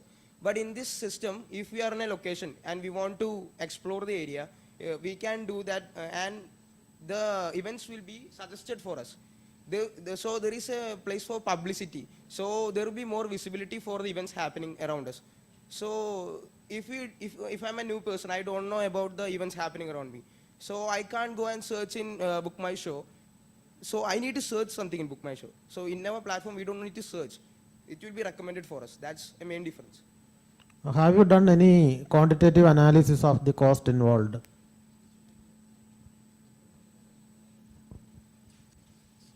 So we've shown our commercial viability amount for the advertisement cost and all, and also we'll be showing that user count of 1095 on the first year, and will be generated a revenue 24,638, and it will be increasing when the users will be increasing. On the fourth year will be expected, in the fourth year itself 10,000, in a total of cumulative of 18,000 users on the fourth year. That will, in the fourth year we will be achieving that breaking point when we receive a maximum of 18,000 users. Okay.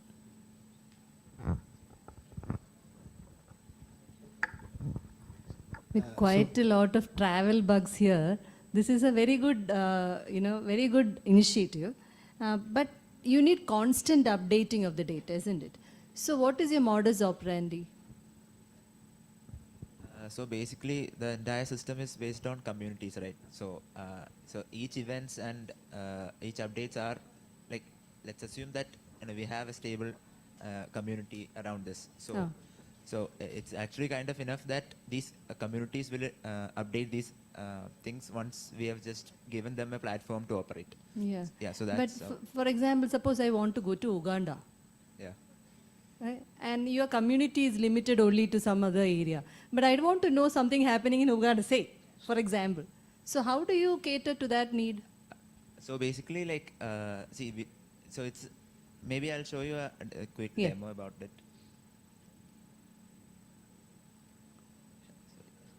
I hope she doesn't pop up and say end.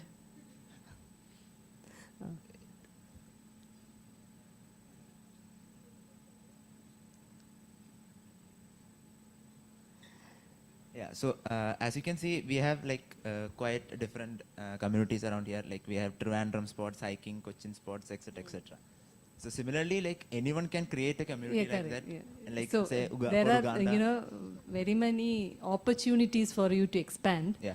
But don't limit it to certain well-known areas. No. Maybe other like Burkina Faso. Yeah. Yes, countries like that. Suppose I am a person, I want to like, I mean, a person who likes to go to such areas. So if I buy your app, it should be helpful for me too, isn't Yeah, it? sure. Hidden rather gems, than that hidden. popular destination Correct, that is correct. available everywhere. Yeah, So correct. we are more focusing on that events as well as this hidden sports. Yeah, good idea, good idea. Not so popular places, yeah. That's also And to for make them users. popular. Yeah.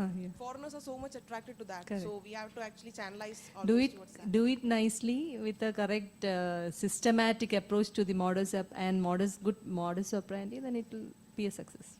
Thank you. Okay, I think I also feel that because there are a lot of man work is needed behind this project. If you want to get all the events that has to be listed in your site, and some more efforts are needed, and you have to make it in a proper way. Then only I think you can start with few local events, then you can expand it. Yeah.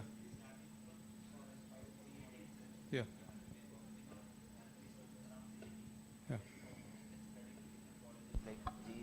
Yeah.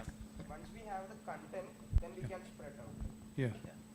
Okay, there should be some mechanism to get the contents into your app. So initial publicity we'll be doing in the colleges. So they'll be once we have the content from the students, they'll be going to many places, right? So once they get the content, we will be expanding through the marketing and all, and then we will be spreading to other communities and all. Okay. So rather than that, as first some pictures were shown in the presentation that these are all the places in Trivandrum itself, but many of us don't know.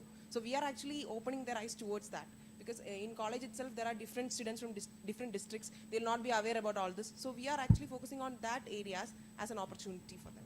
Okay, thank you.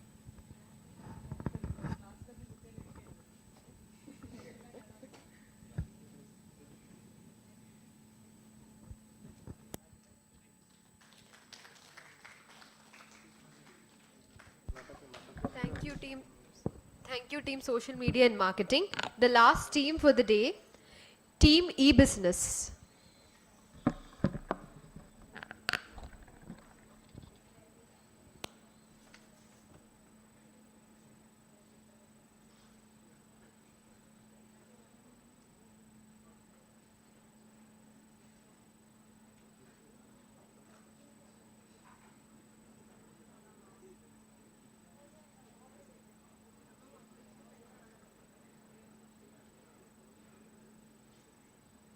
So is the team ready? Can we begin? Yes. Good morning, everyone. Let's meet the team. Our team is of people. Our team contains 9 people. Myself and Surya Gayatri have been handling project management. Adit and Surya Gayatri are a part of the architecture team. Aman and Suhail are a part of UX UI team. Myself and Kevin are handling the marketing part, and Sabit and Hani have been handling the finance part. Our team is mentored by Mr. Janardhana Kurup, Mr. Anand Parameswaran, and Dr. Vijaya S. Uttaman. Let's discuss a universal problem. We were able to identify that senior citizens who are alone and isolated are prone to have depression, which could increase the risk of age-related diseases. Post-retirement, a senior citizen's expertise remains untapped. So, through CETAA, we provide an opportunity for them as well. Even though senior citizens are our target customers, we have other stakeholders such as clinical psychologists, caregivers, experts, and nominees who can be a senior citizen's family or friend. We have talked with around 55 customers and have reviewed our product, and the response have been overwhelming, and a few of our responses are listed here. So our product CETAA is a mobile application through which senior citizens or their nominees can register for them and avail the services of a caregiver when there is no one to take care of a senior citizen. Also, senior citizens who are suffering from stress or depression can also avail the services of a clinical psychologist. Senior citizens who are interested in attending classes or teaching can also make use of CETAA. With an increasing population of senior citizens and with changing socio-economic conditions, for example in Kerala, the shift to nuclear family, and with a large number of youngsters moving abroad, there is a growing population of senior citizens who are facing isolation. SWOT analysis. We were able to identify that senior citizens are becoming experts in using mobile phones, and the population of senior citizens using mobile applications to connect with people who are also increasing. And to help senior citizens who are not tech savvy, we will be providing assistance from a companion and efficient customer care support. With increased spending capacity of senior citizens and their children, we will be able to have a strong customer base. There might be concerns regarding how safe it will be to send a complete stranger to a senior citizen who might be alone. It is only after thorough background check and verification we will be connecting the senior citizens with the service providers. We have a very little competition. In fact, even the senior citizens living in assisted living care facilities can be a potential customer, as we offer these services in the comfort of their home without having to relocate them. Then, looking at our competitors, Goodfellows provide assistance of unemployed graduates as companion who lack professional certifications and expertise, where we provide services of professionals and have a mobile application to increase our customer acquisition rate. While conducting market research, we found that seniority provides low quality products and there are many negative customer reviews, and we will be taking customer feedback seriously, and in the future, when we expand our business, we will be providing products through after thorough quality check. It is only after getting a feedback from senior citizen regarding the service provided, we will be making payment to service providers after deducting our commission. We are planning to source our funds from government schemes like CET and from investments from angel investors and venture capitalists. We are calculating the profitability of our firm. We were able to find that after 2 years, we will be able to have an exponential increase in profits, and the initial investment required is less than 4.5 lakhs. Because we will be using non-monetary marketing strategies to connect with our prospects and their nominees. We have also identified peak timings in social media channels used by larger population of senior citizens and nominees so that we can share information about CENICare and can reach our target customers. And we are planning to make use of word of mouth, that is connecting to senior citizens through alumni associations, assisted living facilities, and connecting with pensioners through referral programs. We are planning to release CENICare by January 2024. We will be introducing emergency button feature by August 2024. By November 2024, we will be providing premium membership feature, and by 2026, we will expand our business to different parts of India, and by 2028, we will expand our business to different parts of the world. We expect to expand our business by providing high quality senior care products, mobility aids, home collection of samples, and home delivery of medicines at discounted rates for our premium users in the future. We will be showing a demo video of CENICare now.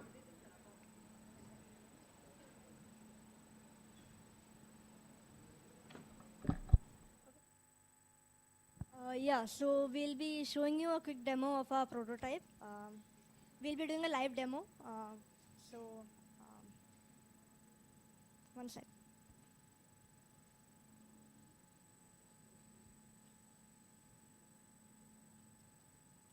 All right, so this is our prototype. This is the homepage. We have given a feature called Need Assistance there because we have found that senior citizens have a bit of difficulty in going through applications. So we'll be giving them support, and we'll be teaching them how to use our app. Now going on to the other functionalities, we have a homepage where the senior citizens can log in or sign up. And we have this page where they can choose to teach a class. In this, they can create a class by putting in the details. And the next thing that we have, the next feature that we have is called Learn, where they can look at the available classes and request a class.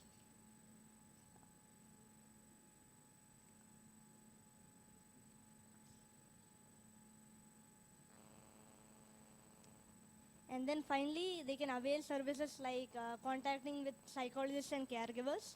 They can schedule a session with them and pay them through the payment gateway. And we have talked a lot to our customers. We have talked to a few senior citizens, and based on their feedback, we have made changes like incorporating a limited number of buttons, having large fonts, having images and icons to help them access the app more easily and efficiently. Now we'll be going on to the other part of the app, which is the vendors app. This is for the people who would like to be a part of CENICare. For candidate registration, it's for the people who would like to be a part of it. For those who are already with us, we will be giving them a different login portal. in that portal, we'll be psychologists can log in with their email ID and password, and they can check the payment history and schedule sessions with other people. And similarly for caregivers, they can do the same thing. They can log in, check their payment history, and provide the service like check their upcoming session, cancel a session, and all of that. Yeah. So I think that's the end of our demo. Thank you. I request the team members to join her on stage.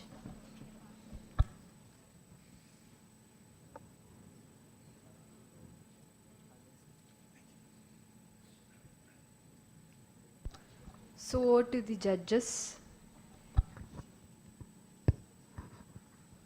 Yeah, I think this is a very relevant area, especially in our state. The senior citizen population is increasing. I was watching a cartoon recently.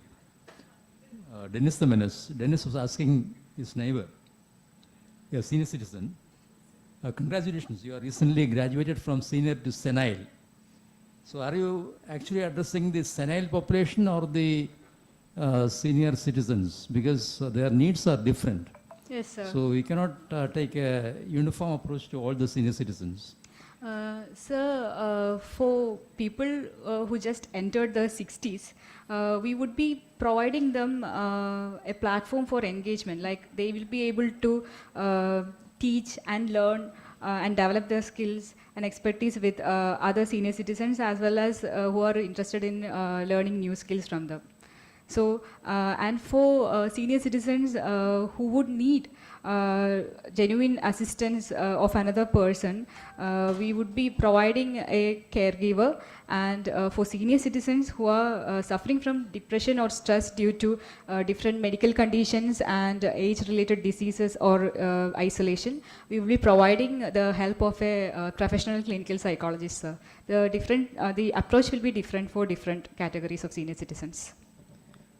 Okay, but have you calculated the financials for this? Because this will be a very distributed service. You'll have to reach it to every home because they will not come to you. You'll have to reach them. Have you done the financials? Yes, sir. So for the financials, I think the main thing that we have is the app development and maintenance cost. That would, so that would cost about, it's like, and then the other cost that we would have is for advertising, like Sir said, we would need funds for advertising. We are planning to advertise through YouTube ads, Google ads, and newspapers, and social media basically. That would be our more forefront approach, like Facebook. I think that's an application that senior people use more, WhatsApp. So that's the channels through which we'll be reaching them. And we'll be trying to minimize the cost as low as possible because we are hoping to keep this economical and in limit, like within what we can do. Yeah. Here, the focus, here you are, one side you are telling that you are trying to create some engagement for senile or the much more senior people of the society. Is it only through teaching and learning which they can be engaged? Is there any other way? Any entertainment can be used? Sir, in the upcoming years, we will be including cognitive games for the senior citizens, so they can engage in games that would be helpful for them to avoid diseases like Alzheimer's by providing games like Sudoku and such. That will be slightly difficult to catch them.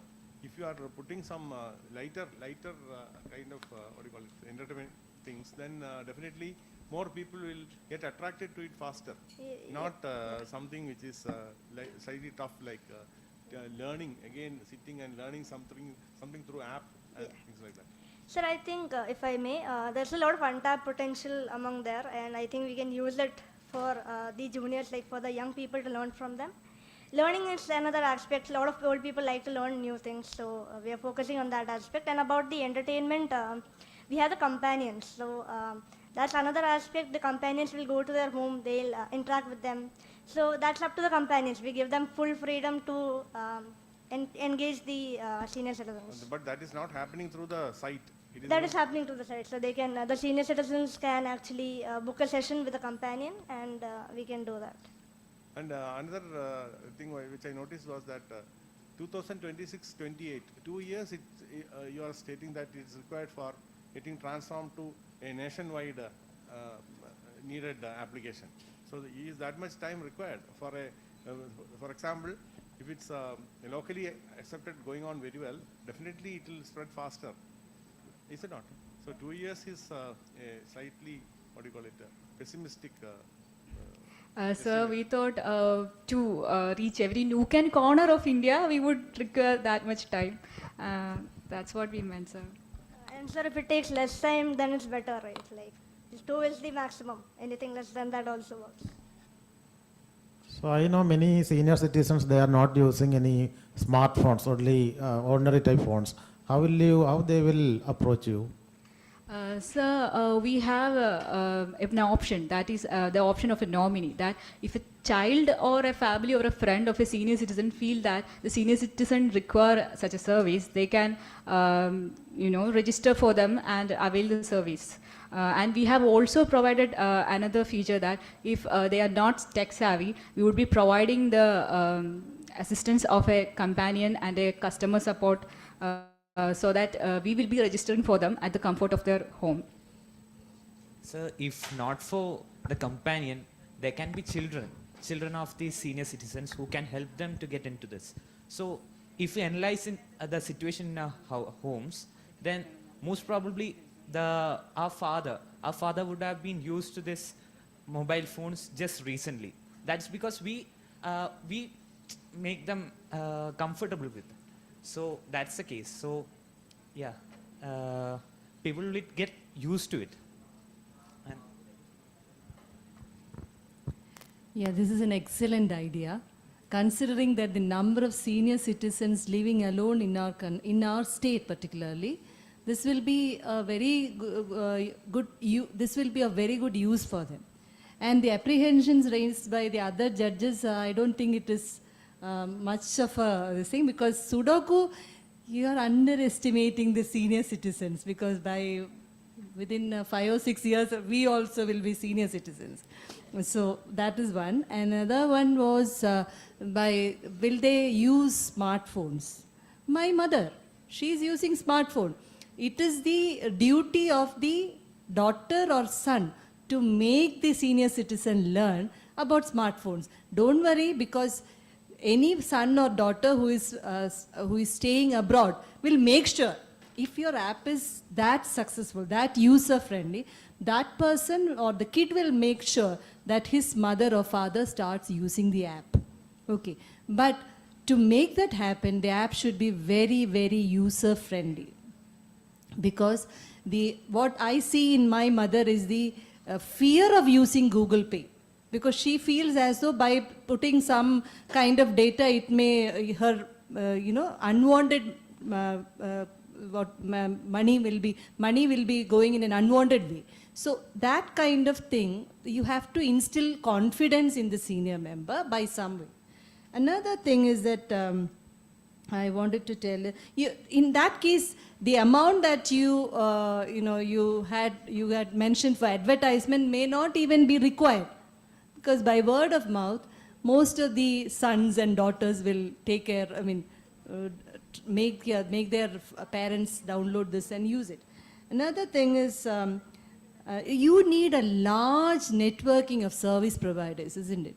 You need to identify which of them are reliable and then connect it to the customer.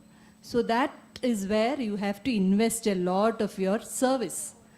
Because suppose I use the app and I call for a companion, and if companion it is not good enough, then I will not use your app at all. So that is where you have to identify the best service provider. Then your app will be a success. Ma'am, Yeah. to add on to that, we won't take anybody as a companion. We'll only be taking MSW interns. So I think they'll be more psychologically conditioned to interact with seniors. Yeah, and also you have to take feedbacks at very, very regular sessions, not like taking feedback in our classes. You have to take regular feedbacks at frequent intervals. Only then you will improve upon this. Okay, thank you. Ma'am, for feedback mechanism, after every session, we would be contacting the senior citizen and taking the feedback, and it is only after getting a feedback from the senior citizen, we would be deducting our commission and paying the fee to the service provider. That's how And we be work. ready for an angry response as well. Okay, thank you. Thank you, ma'am. Thank you, Team E-Business. So we have come to a brief end for today's event, but we need few more minutes to reach into a final judgment. So let me invite Dr. Suresh Subramaniam, Director, CET School of Management, for a brief on SOP. Please, sir.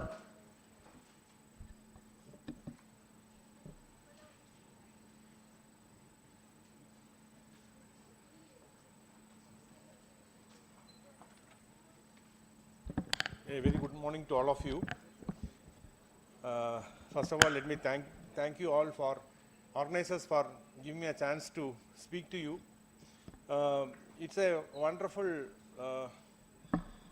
program where we are giving an opportunity for our students to develop something of their own, create some concepts, develop that into some concrete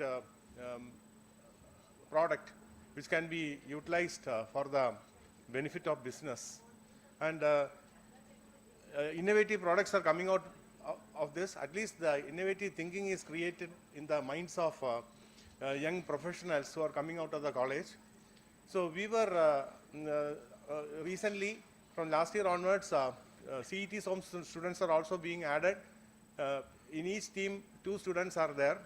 So we were given the task of developing a standard operating procedure for how this induction can take place, how the process of creation of an idea, converting that into a product, and then finally launching that.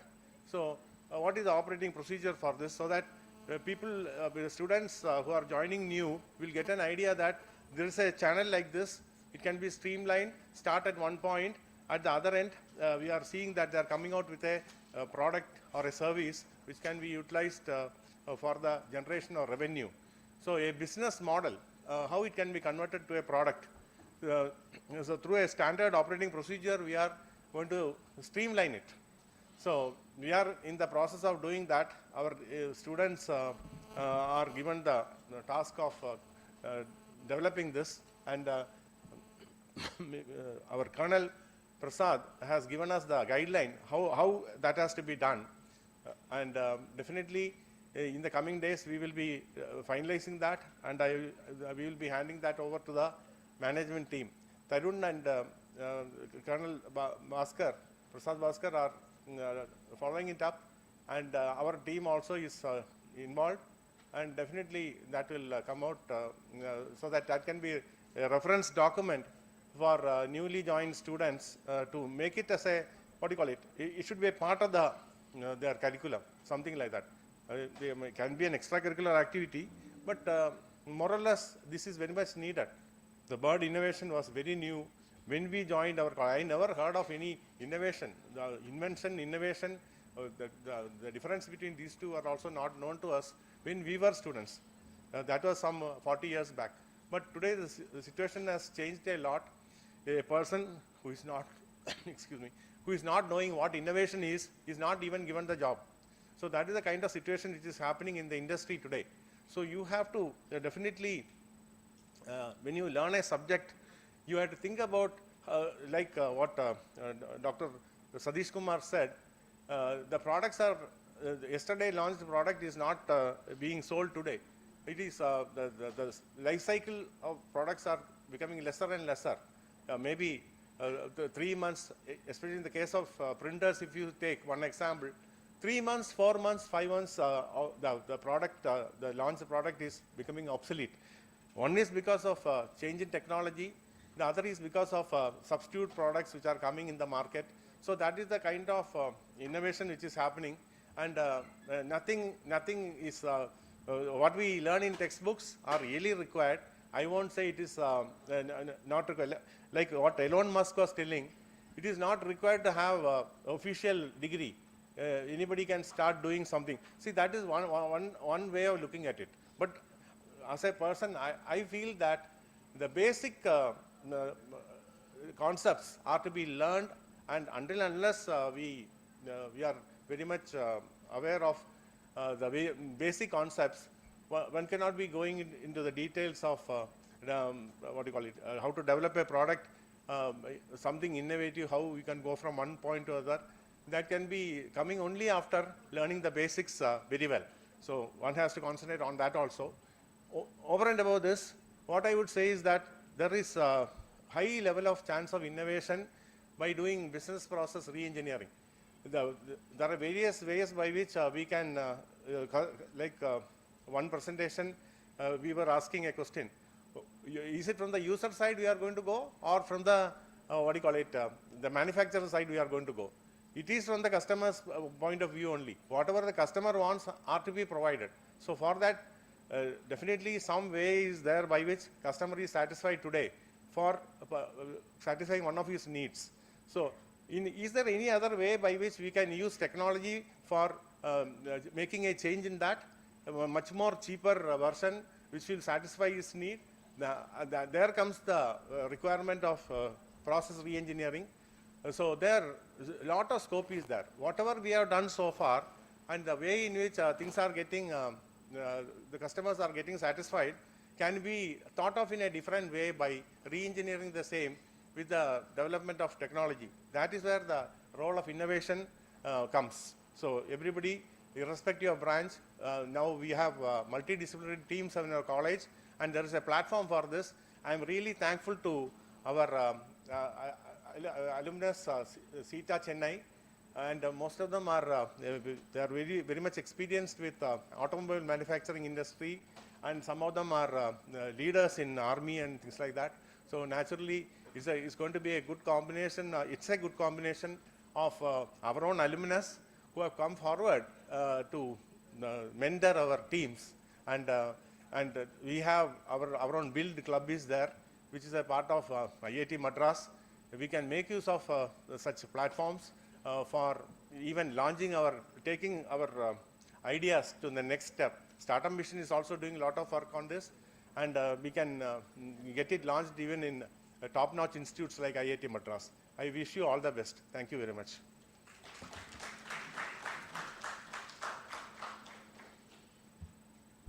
Thank you, Suresh sir. So let me invite Unni Bhaskar, mentor of construction team, to address the gathering. So Unni Bhaskar sir will be joining us online.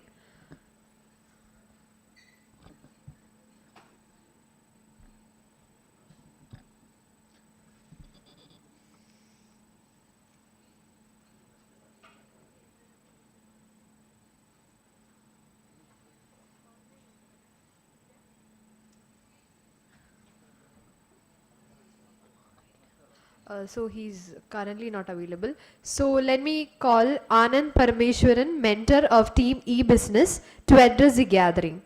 Sir, so he'll be joining us online. Anand sir. Hey, thank you. I'm getting something echo. Are you able to hear me well? I'm getting. Yes, okay. sir, you're audible. Yeah.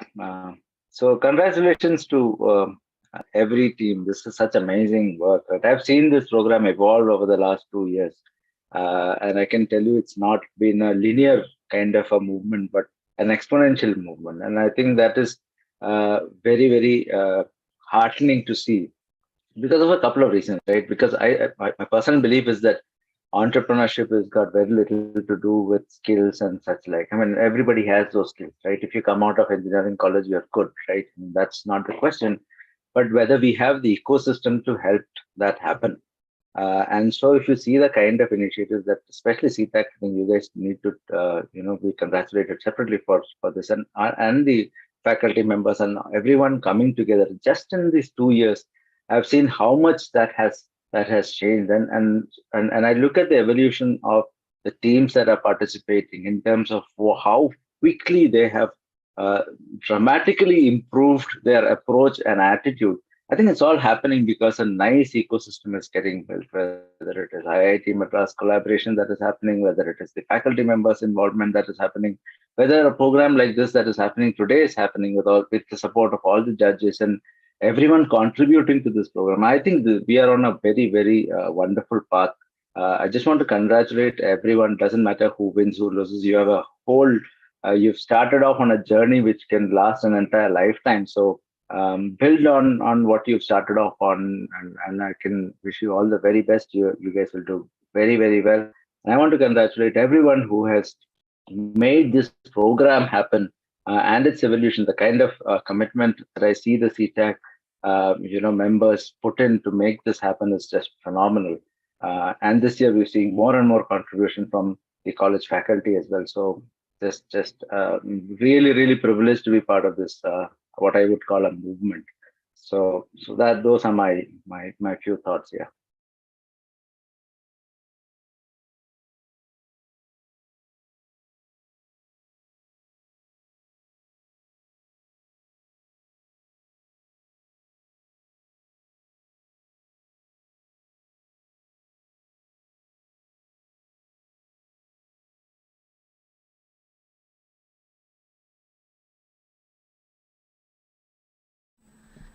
Network is a net worth. This is what I get from IgnitES'22. I'm Arya S. Jayashree. Currently, I'm holding Chief Financial Officer of IEDC CET. I'm so happy to here to represent and sharing my thoughts, sharing my experience about IgnitES'22, what I get. I never thought to went to IITM. It is a wonderful opportunity with Bindu ma'am and so many of them, so many great faculties were with us there. And from IgnitES'21, we have a 6 group: EV, construction, design, sustainable engineering, agro. These fields and especially this IgnitES'. IgnitES'21 actually കുറേ കാര്യങ്ങളാണ് സ്റ്റുഡൻസിന് provide ചെയ്തിട്ടുണ്ടായിരുന്നത്. എങ്ങനെയെന്ന് പറഞ്ഞു കഴിഞ്ഞാൽ experience, അതായത് അതുപോലെ തന്നെ എക്സ്പീരിയൻസ്ഡ് ആയിട്ടുള്ള മെൻറ്റേഴ്സ് പ്രൊവൈഡ് ചെയ്തിട്ട് സ്റ്റുഡൻസിനെ മോൾഡ് ചെയ്ത് കൊണ്ടുവരാനാണ് ആക്ച്വലി ചെയ്തത്. ഇപ്പം ഇനീഷ്യൽ ബഡ്ഡിങ് സ്റ്റേജിലാണ് സ്റ്റുഡൻസ് ഉണ്ടാവുന്നുണ്ടെങ്കിൽ ആ ബഡ്ഡിങ് സ്റ്റേജിൽ നിന്ന് എങ്ങനെ ഒരു ഫ്ലവർ അപ്പ് ആവണം എന്നുള്ള ആ ഒരു വേ ക്ലിയർ ആയിട്ട് എല്ലാ മെൻറ്റേഴ്സിനും പ്രൊവൈഡ് തരാൻ സാധിച്ചു എന്നുള്ളത് വളരെ എവിഡൻ്റ് ആണ്. അത് തന്നെയാണ് കഴിഞ്ഞ വട്ടത്തെ വിന്നേഴ്സും റണ്ണറപ്പും ആയിട്ടുള്ള ടീം റെപ്രസെൻ്റ് ചെയ്ത് നമ്മളുടെ കറൻ്റ്ലി IEDC CETയുടെ CEO ആയി ഇരിക്കുന്ന റിസ്വാൻ MS IgnitES'21 ഒരു ബെനിഫിഷ്യറി ആണ്. ബെനിഫിഷ്യറി പാർട്ടിസിപ്പൻസിന് മാത്രമല്ല വോളണ്ടിയേഴ്സിനും വളരെയധികം ബെനിഫിഷ്യൽ ആണ് IgnitES'21 പ്രൊവൈഡ് ചെയ്തിട്ടുള്ളത്. എങ്ങനെയെന്ന് പറഞ്ഞു കഴിഞ്ഞാൽ നേരത്തെ ഞാൻ പറഞ്ഞതന്നെ, സ്റ്റാർട്ടിങ്ങിൽ ഞാൻ പറഞ്ഞത് തന്നെയാണ് നെറ്റ്വർക്ക്. എനിക്ക് കിട്ടിയ നെറ്റ്വർക്ക് എന്ന് പറഞ്ഞു കഴിഞ്ഞാൽ ഇൻഡസ്ട്രീസിൽ എന്നെ വലിയ ഹെഡ് പൊസിഷനിൽ ഹോൾഡ് ചെയ്യുന്ന ആൾക്കാരുമായിട്ടാണ്. എപ്പോഴും എനിക്ക് പേരെടുത്ത് പറയാൻ ആഗ്രഹമുള്ളത് Shaji Koshy sir, Shyam sir, Prasad sir, അങ്ങനെ ഒരുപാട് ആളുകൾ പേര് പറഞ്ഞാൽ പൊയ്ക്കൊണ്ട് തന്നെ ഇരിക്കും. അത്രയും കുറേ ആളുകളുമായിട്ടുള്ള എക്സ്പീരിയൻസ് ഷെയറിങ് തന്നെ ഒരുപാട് ഇമ്പ്രൂവ്മെൻറ്റ് എനിക്ക് ഉണ്ടായിട്ടുണ്ട്. അതുപോലെ തന്നെ ആ പാർട്ടിസിപ്പൻസിൻ്റെ കേസിലും ഓരോ വോളണ്ടിയർ എടുത്ത് സംസാരിക്കുമ്പോഴാണെന്നുണ്ടെങ്കിലും അവരെല്ലാവരും ഷെയർ ചെയ്യുന്ന ഒരൊറ്റ കാര്യം അവർക്ക് കിട്ടിയ നെറ്റ്വർക്കും കിട്ടിയ എക്സ്പീരിയൻസും തന്നെയാണ്. എങ്ങനെയാണ് ഒരു ഇൻഡസ്ട്രി വർക്ക് ചെയ്യുക, എങ്ങനെയായിരിക്കണം നമ്മൾ എന്നുള്ള കുറേ കാര്യങ്ങൾ. ഉറപ്പായിട്ടും ഇപ്പോൾ നമ്മൾ ഇരിക്കുന്ന IgnitES' 2.0 ക്ലോസിംഗ് സെറമണിയിലെ ബെനിഫിഷ്യറീസ് ആണെന്നുണ്ടെങ്കിലും ഈ ഒരു കാര്യം തന്നെയായിരിക്കും. കാരണം അത്രയും കണ്ടിന്യൂസ് മെൻറ്റർ സപ്പോർട്ട് നമുക്ക് ചിലപ്പോൾ നമ്മൾ ഡൗൺ ആകുമ്പോൾ പോലും നമ്മളുടെ കൂടെ നിന്ന് വർക്ക് ചെയ്യുന്ന CETA Chennai അലുമിനീസ് ഇങ്ങനെ പുഷ് ചെയ്ത് ഇങ്ങനെയല്ല, ഇങ്ങനെ ചെയ്യണം, അങ്ങനെ ചെയ്യണം എന്ന് ഓരോ സ്റ്റേജിലും നമ്മളെ മോൾഡ് ചെയ്യാൻ അവർ കാണിക്കുന്ന ആ ഒരു കെയറിങ്ങും സംഭവങ്ങളെല്ലാം നമുക്ക് ചിലപ്പോൾ തോന്നിപ്പോകും നമ്മളുടെ കൂടെ ആ കാര്യമായിട്ടും ഇവരാണല്ലോ ഇൻപുട്ട് ഇടുന്നത് എന്നുള്ളതാണ്. കാരണം അത്രയും ഡെഡിക്കേറ്റഡ് ആയിട്ടുള്ള ഒരു പവർഫുൾ മെൻറ്റർ ഗ്രൂപ്പാണ് നമുക്ക് എപ്പോഴും പ്രൊവൈഡ് ചെയ്യുന്നത്. IgnitES' CET സ്റ്റുഡൻസിന് ബെനിഫിഷ്യലായി മാറുമ്പോൾ തന്നെ എത്രത്തോളമാണ് അതിൽ ആസ് എ CET എന്നതിലേക്ക് ഹാപ്പി ആണെന്നുള്ളത് വീണ്ടും പറയുക. സോ നെക്സ്റ്റ് ചാപ്റ്റർ എന്തായാലും ഇഗ്നൈറ്റ്സിൻ്റെ വരും. അപ്പോൾ ഇതിൽ കൂടുതൽ ബെനിഫിഷ്യറീസ് അതിൽ നിന്ന് ഉണ്ടാവണം. Thank you. ആൻഡ് ചേഞ്ചസ് ഉണ്ടാവാൻ ഒരിക്കലും നമ്മൾ ടൈമിന് വേണ്ടി വെയിറ്റ് ചെയ്യരുത്. We should take the opportunity what we see in front of us. ചിലപ്പോൾ നമുക്ക് പറ്റിയതായിരിക്കില്ലെന്ന് നമ്മൾ വിചാരിക്കും. അത് വിചാരം മാത്രമാണ്. നമുക്ക് എന്തായാലും പറ്റും. ഒരുപാട് ബാരിയേഴ്സ് എന്തായാലും നമുക്ക് ഉണ്ടാവും. ആ ബാരിയേഴ്സ് ഷാക്കിൾ ചെയ്യാൻ എന്തായാലും നമ്മൾ കൊണ്ട് പറ്റും. അതിനാണ് ഒരു ടീം നമുക്കുള്ളത്. So all the best and congratulations. Thank you, Arya. Let me call Liana to share her experience on working with IEDC and Bill Club.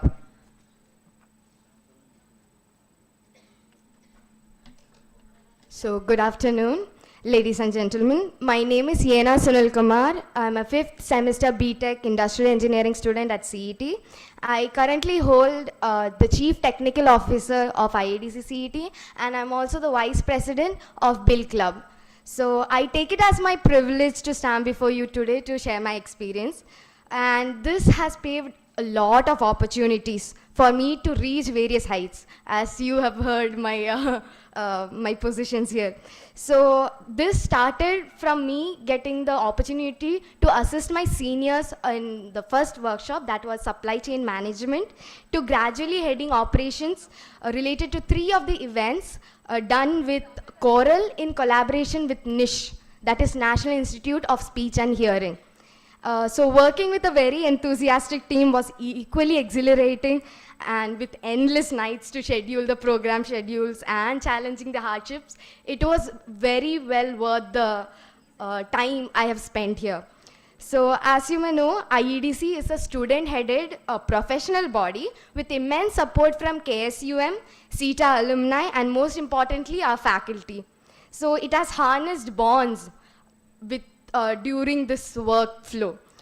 So working with IEDC only harbored a chance for me to go to IIT Madras Research Park with my fellow IEDC members itself.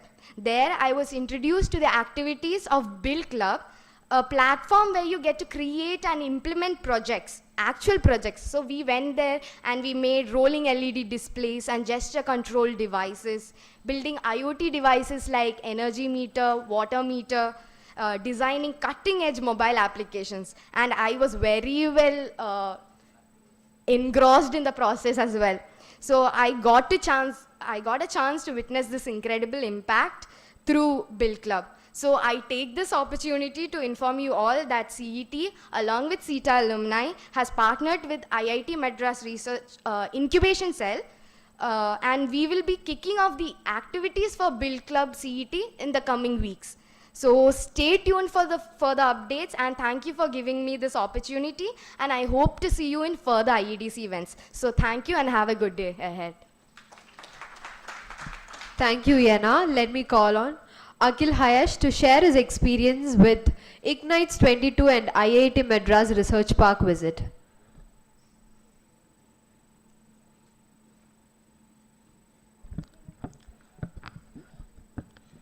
Hi all, myself Akhil Hayash. I'm a 7th electrical engineering student here at CET.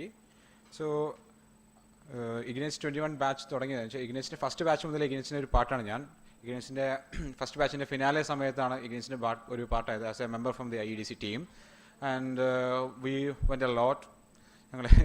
നിങ്ങൾ കാണുന്ന പോലെ ഒന്നും ആയിരുന്നില്ല IgnitES' finale first season finale ഉണ്ടായിരുന്നത്. Even though we learned a lot from the CETAA, we learned a lot of stuff. എന്നുവെച്ചാൽ നമുക്കിങ്ങനെ എണ്ണിയെടുത്താൽ തീരൂല, കുറേ സ്റ്റഫുണ്ട്. ഇപ്പം ഫോർ എക്സാമ്പിൾ ശ്യാം സാറാണ് എനിക്ക് പ്രൊജക്ട് മാനേജ്മെൻറ്റ് സിസ്റ്റം ഇൻട്രൊഡ്യൂസ് ചെയ്തത്. ഷാജി സാറായിരുന്നു കറക്റ്റ് ടൈം പ്രിസൈസ് ആയിട്ടുള്ള കാര്യങ്ങൾ എനിക്ക് പഠിപ്പിച്ചിരുന്നത് ഷാജി സാറായിരുന്നു. അങ്ങനെ ഓരോരുത്തരുടെ കയ്യിൽ നിന്ന് ഓരോന്നോരോന്ന് ലേൺ ചെയ്താണ് ഈ ഒരു ലെവലിലോട്ട് എത്തിയത്. Even though this a low level, I admit say. So IgnitES' finale, IgnitES' season 1 finale ഭാഗമായിട്ട് IgnitES' വിന്നേഴ്സിൻ്റെ കൂടെ എനിക്കും IIT പോകാനുള്ള ഒരു ഓപ്ഷൻ കിട്ടിയിരുന്നു. So from there I met the Ashok Junjunwala, the IIT Madras Research Park director, and I just talked about my research with him, and he gave me the access to their research wing over there, and I still got the contacts from there. And എൻ്റെ പുതിയ റിസർച്ചിൻ്റെ ഭാഗമായിട്ടും അവിടെ research പാർക്കിൽ contact ചെയ്യാനും അവിടെ പോകാനുള്ള permission കിട്ടാനും അശോക് സാറിൻ്റെ ആ ഒരു മീറ്റാണ് എനിക്ക് സഹായകമായത്. സോ ആൾ ദിസ് ഇപ്പോൾ ഇതുവരെ പറഞ്ഞ എല്ലാ കാര്യം CETAA ചെന്നൈ ചാപ്റ്റർ ഉള്ളത് കൊണ്ട് മാത്രമാണ് I got the personal experience. So ഈ പേഴ്സണൽ ബെനിഫിറ്റ്സ് ഉൾപ്പെടെ CETAC ചെന്നൈ ഉള്ളതുകൊണ്ട് മാത്രമാണ് എനിക്ക് ലഭിച്ചത്. So I would like to take this occasion to thank all the CETAC Chennai chapter. So IgnitES ഇപ്പോൾ നിങ്ങളെല്ലാവരും പിച്ച് ചെയ്ത് 5 ടീമും പിച്ച് ചെയ്ത് കഴിഞ്ഞു. So you are waiting for your result. I know. Are you guys? I can see the tension in your face. Don't worry. Within 20 minutes you will get your result. And all the best to all. Thank you. Thank you, Akhil. Let me invite Anupama, a working team member of IgnitES'22, to share her experience being with the team.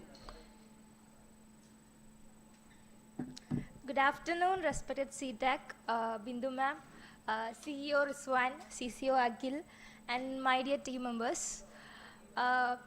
Let me introduce myself. I am Anupama from S2 Electrical Department, and talking about my experience, I would like to say that it's been only 2 months since I have selected as a marketing team member of IEDC CET, and it's been only 1 month since I have joined in this IgnitES'22 sub-panel. I was able to interact with the alumni and also the team members, and I would like to thank each and every member of IEDC CET as well as CETAC for giving me this opportunity. Thank you.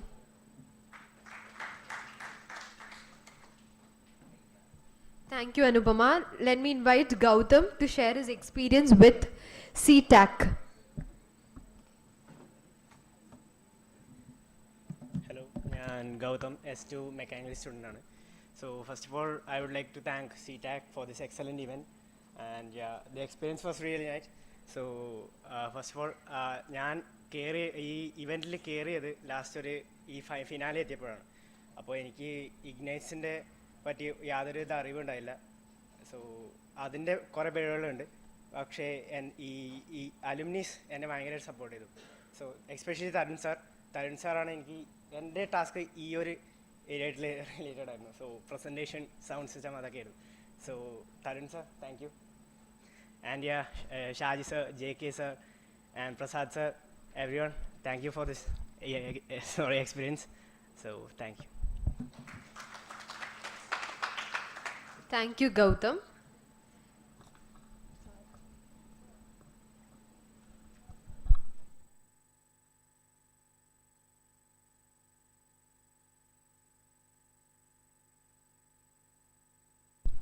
So a few minutes more to announce the title winners for IgnitES'22.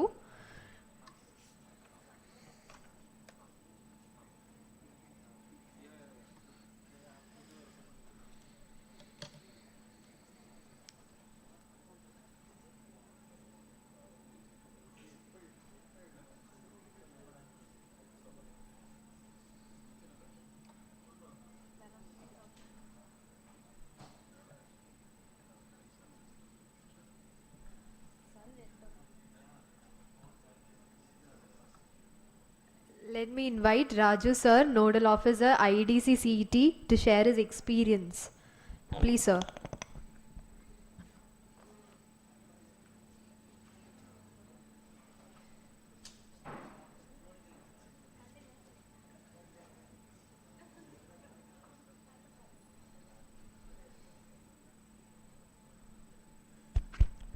First of all, I would like to take this opportunity to thank CETA Chennai for the support that they have given for organizing this event, and they are continuously supporting to mentor our students to foster their ideas and to come up with very good projects, and these projects can definitely be made into a successful business model with the help of Kerala Startup Mission.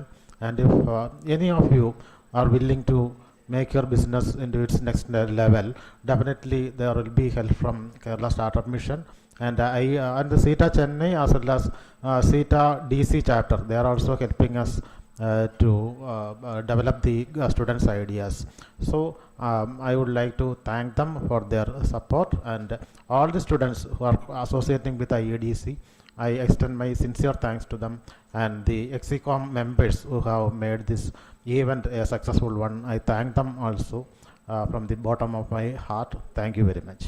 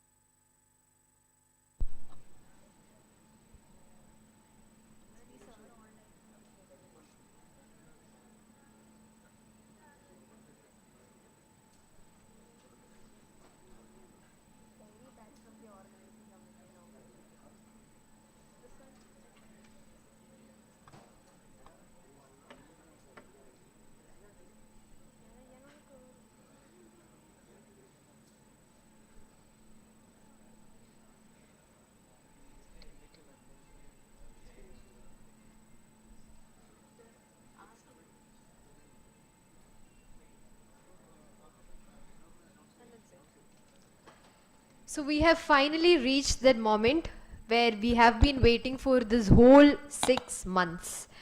So our winners will be announced online. Let me invite Biju Abraham Thomas, President CETAC, to announce the runner-up of IgnitES'22. Sir, are you there? Good afternoon, Biju, sir. everybody. Am I audible? Yes. Yes. Respected principal, staff members, IEDC cell members, and dear students, it has been a privilege for CETAC to be associated with this exciting IgnitES program, and we are very proud that CETAC took the initiative to drive this and get it implemented in our alma mater. The first year, IgnitES'21 was a learning process, and IgnitES'22, we have been able to implement whatever learnings we could out of 21 into 22, and going forward, we will hope to further improve and streamline this process. Without further ado, I would like to announce the winners at the runner-ups of the IgnitES'22 competition. Team IoT have been declared as the runner-up with 117 points. And CETAC is pleased to announce a cash award of rupees 20,000 for this team as a gesture to motivate them.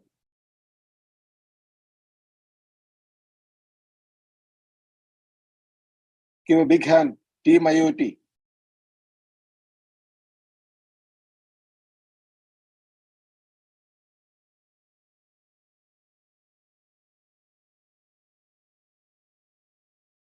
Am I audible? Excuse me. You are audible. Teresa is on mute. Yeah. Yeah. Please, sir, could you please announce the title winner of IgnitES'22? Yeah. And the final title winner of IgnitES'22 is Team E-Business with 122 points.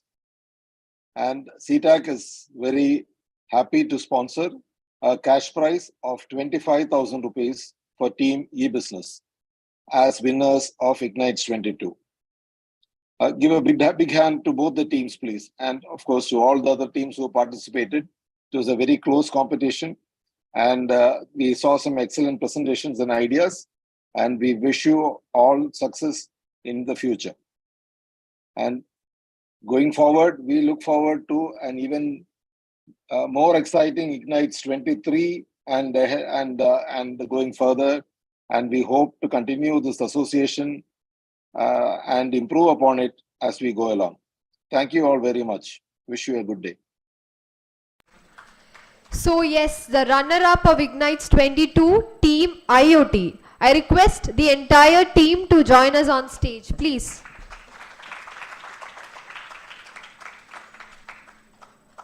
Let me invite Bindu ma'am to give the trophy and present the check to the Team IoT.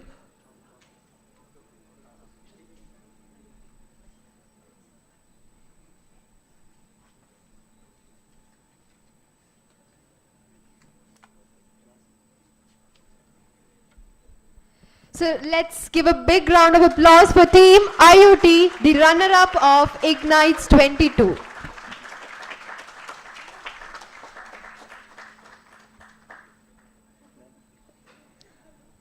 So Bindu ma'am is presenting the check worth 20,000 to the runner-up of IgnitES'22.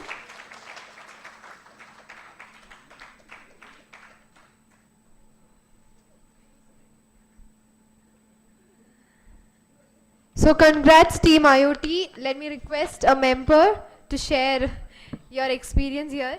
They got a small trophy, but we have a big hope. Okay. Yeah, may I request a member to share your experience, please? Anyone? Hi. 8 മാസം മുമ്പ് ഇതുപോലെ ഒരു hold വന്നിരുന്നിട്ട് ഇവർ ഇത്രയും വരെ പരിചയപ്പെടുന്ന എനിക്ക് ഓർമ്മയുണ്ട്. പിന്നെ അത് കഴിഞ്ഞിട്ട് എത്ര തവണയാണ് ഞങ്ങൾ ഓൺലൈനിൽ മീറ്റിംഗ് വെച്ച് തലേ കൈയും വെച്ച് എന്ത് ചെയ്യണമെന്നൊരു ഐഡിയ അന്തം കുന്തം ഇല്ലാതിരുന്നത്. ആ ഒരു പോയിന്റിൽ നിന്ന് ഈ ഒരു പോയിന്റിലോട്ട് എത്തിയാണ് ഞങ്ങളുടെ അച്ചീവ്മെന്റ്. അല്ലാതെ ഈ കിട്ടിയ റിവാർഡോ അല്ലെ സെക്കൻഡ് പൊസിഷനോ അല്ല. So from way we started to way we are, അതിൽ ഞങ്ങൾ ഏറ്റവും പ്രൗഡാണ്. ആൻഡ് ഓൾസോ 9 മറ്റ് വണ്ടർഫുൾ ആൾക്കാരെ പരിചയപ്പെടാൻ പറ്റി. പിന്നെ ലൈക്ക് അവർ mentors are really wonderful. Also chat G P ടിയുടെ സാധ്യതകൾ ഞങ്ങൾ കഴിഞ്ഞ 8 മാസം കൊണ്ട് ഏറ്റവും നല്ല രീതിയിൽ മനസ്സിലാക്കി. So thank you chat G P T. So that's it. Thank you. Thank you team IoT, the runner-up of IgnitES'22. Let me call the title winner of IgnitES'22, Team E-Business. I request all the team members to join us on stage.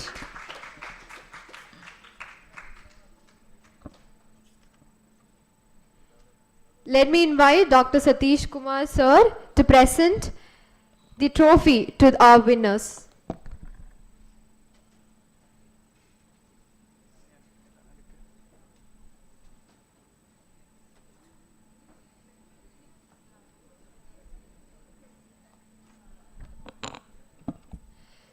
So the title winner of IgnitES'22, let's give a loud round of applause for Team E-Business.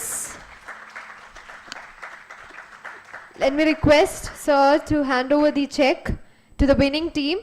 They are getting a prize worth 25,000.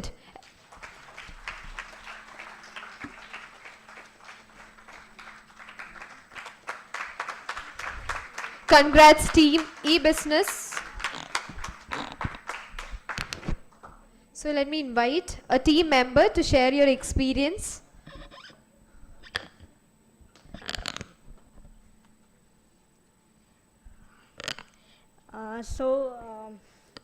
I think it's a great opportunity to be here today, and if we were to start from the beginning, JK and Anand sir and Vijay ma'am have been a lot of help, and I think this idea is one among the 52 ideas that we have presented to JK.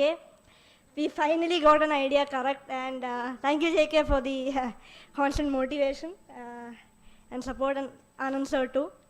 And I think we would not have been able to do this without all of you. So yeah, thank you. And the team members too. Sorry, I forgot the team members. Yeah.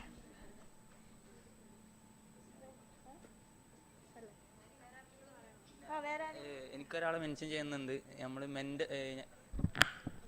ഞങ്ങളെ mentors പ്രത്യേകിച്ച് J K സാറും പിന്നെ കൂടെയുള്ള രണ്ടുപേരും വളരെ സപ്പോർട്ടീവായിരുന്നു. പിന്നെ എന്താ പറയുക, മീര ചേച്ചീനെ എനിക്ക് എടുത്ത് പറയണം. കാരണം അത്രക്കും എഫേർട്ട് ഇട്ടിട്ടുണ്ട്. ഞങ്ങൾ ഇട്ടതിൻ്റെ ഒരു 10 ഇരട്ടിയെങ്കിലും ഇട്ടിട്ടുണ്ടാവും മീര ചേച്ചി. അതുകൊണ്ട് മെൻഷൻ ചെയ്യാണ്ട് വയ്യ. Okay, thank you.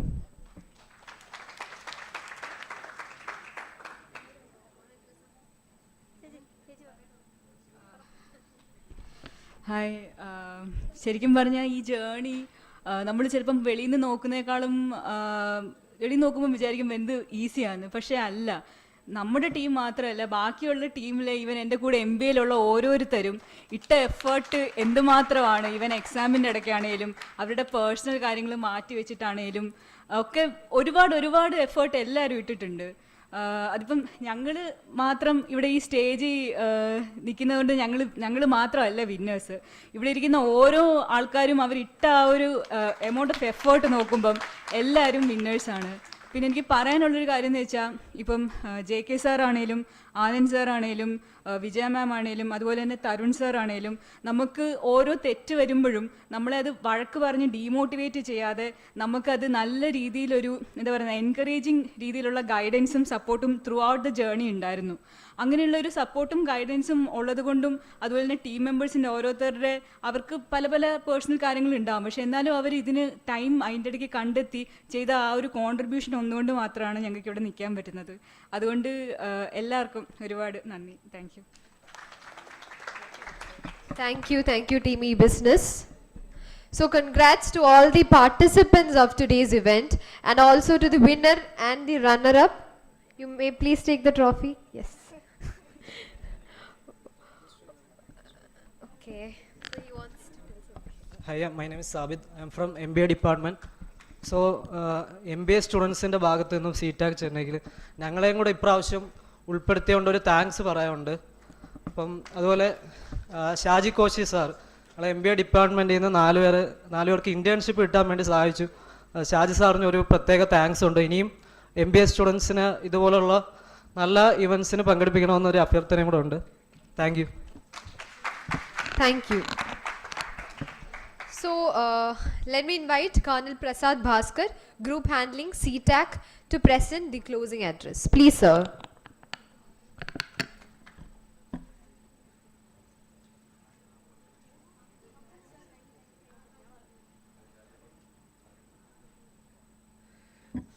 Good afternoon, everyone.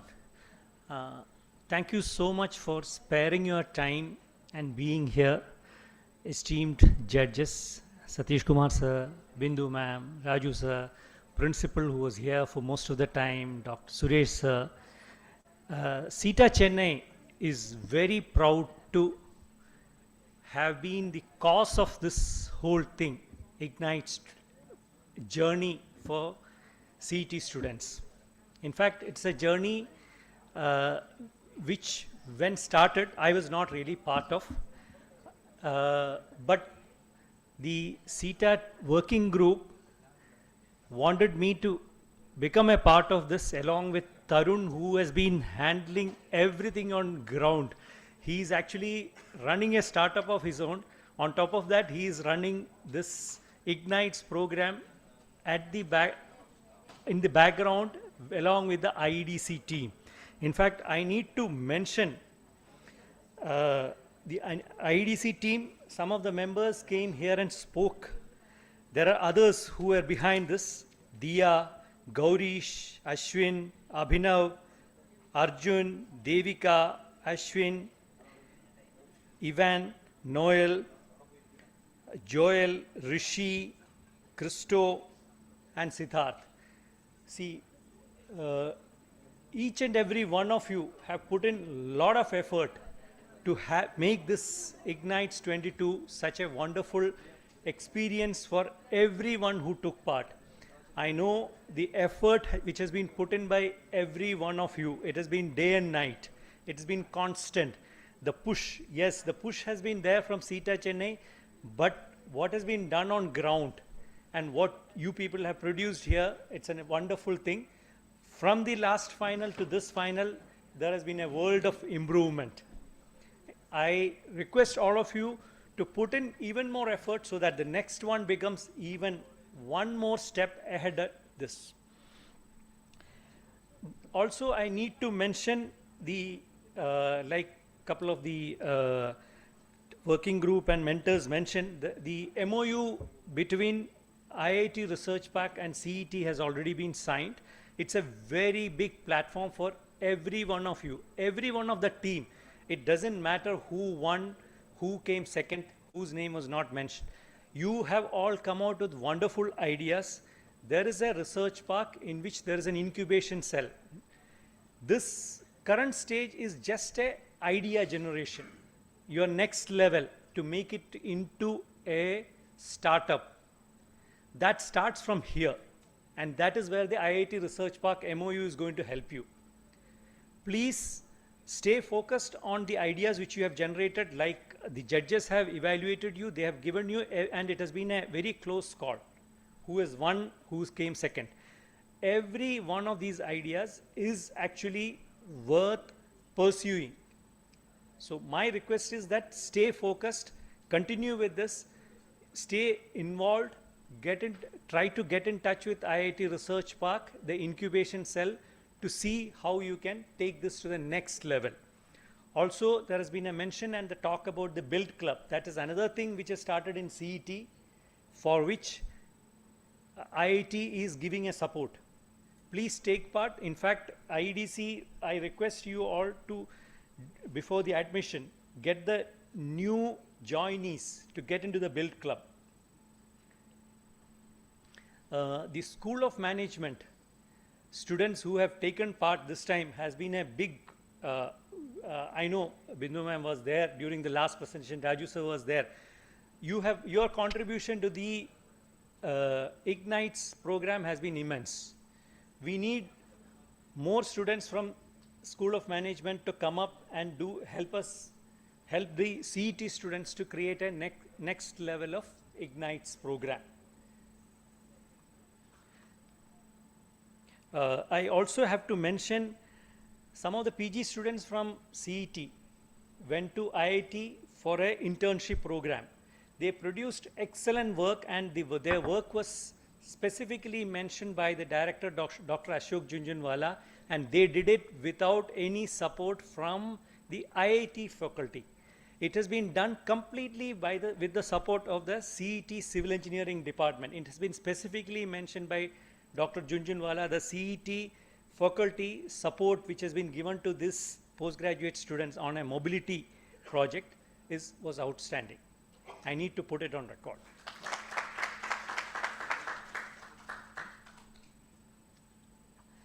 Also, I need to mention the Execom members. In fact, I did not mention because most of them actually came here and shared their experiences. But the team led by Riswan, Akhil, Joel, Rishi, Trisa, Christo, Ashwin and Siddharth. Akhil will have to bear with us. I think maybe he will be very thankful that he is getting out of CET because the kind of push we did on him to make this happen. Good work, Akhil. Keep it up. This will be a good learning experience for you in future also. Thank you everyone for joining us. Thank you, Prasad sir. Let me invite CEO IEDC CET, Mr. Riswan MS, to deliver the vote of thanks.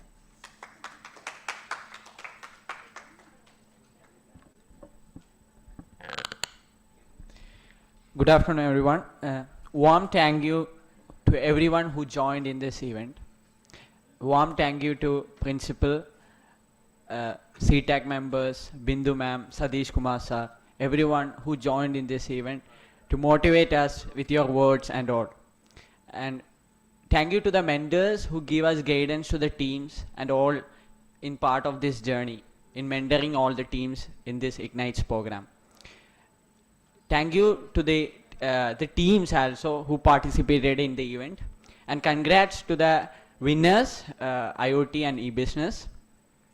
May you forward these ideas to a more scale-up things in the future, like linking with IIT Madras Research Park and IEDC to make a new startup, a student startup from CET. I hope that. And last of all, a big thanks to everyone who joined this event, and make this event a very good success, and let carry this momentum, this success momentum forward. Thank you.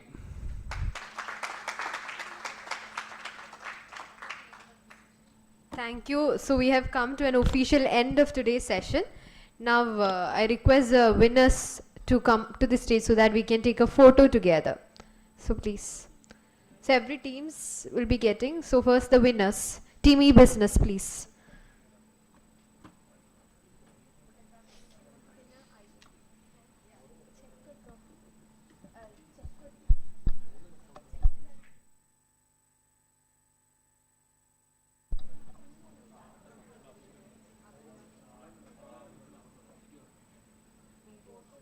So may I request the people joining online to just on your video so that everybody can see. So please, camera, it would be better if you can turn on your camera. Yeah, thank you.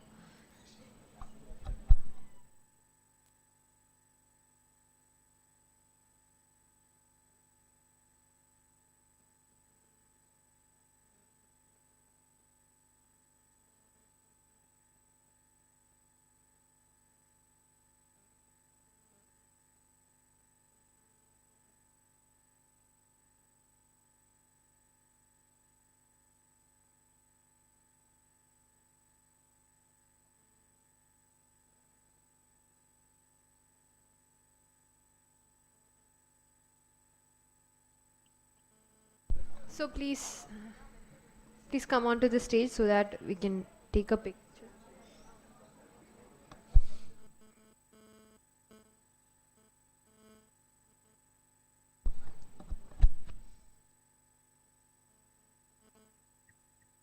We need a 10-minute break for the face makeup. Okay, sir. No. Just kidding. Yeah. So I request everybody to please on your camera. Yeah. Okay, fine. So please arrange yourself. We have to make it a bit fast.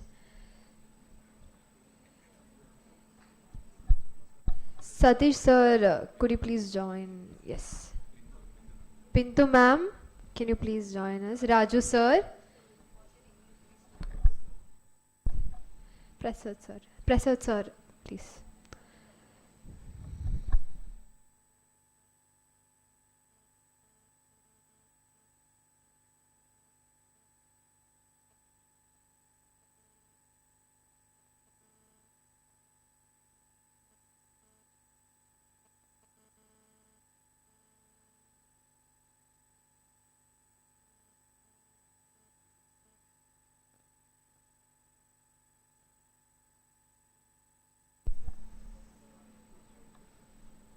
Tarun, I think also be joining.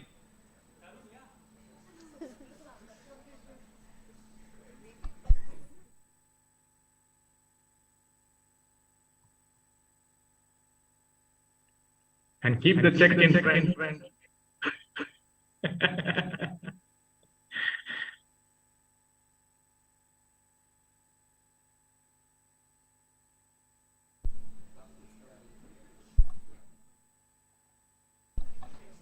Okay, so the runner-up team IoT, please come forward with your check, trophy, everything. Yeah.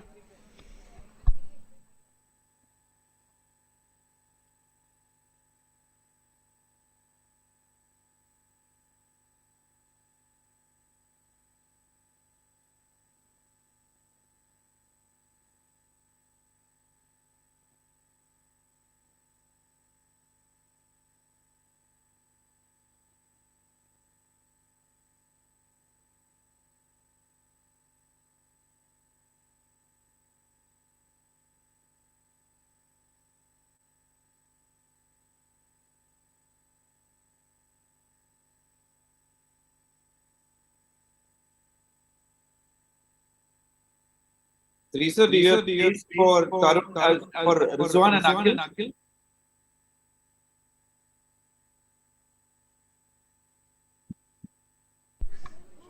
Yeah, they are joining, sir.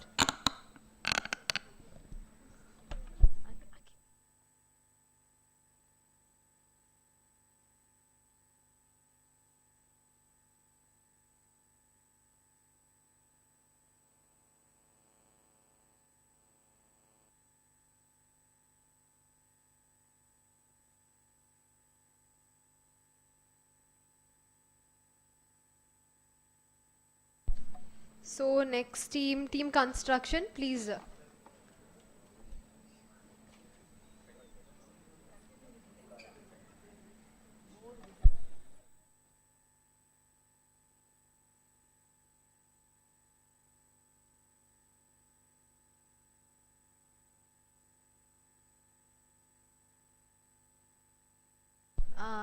Yeah, construction team mentor, please, ma'am. Yeah. Aisha, ma'am.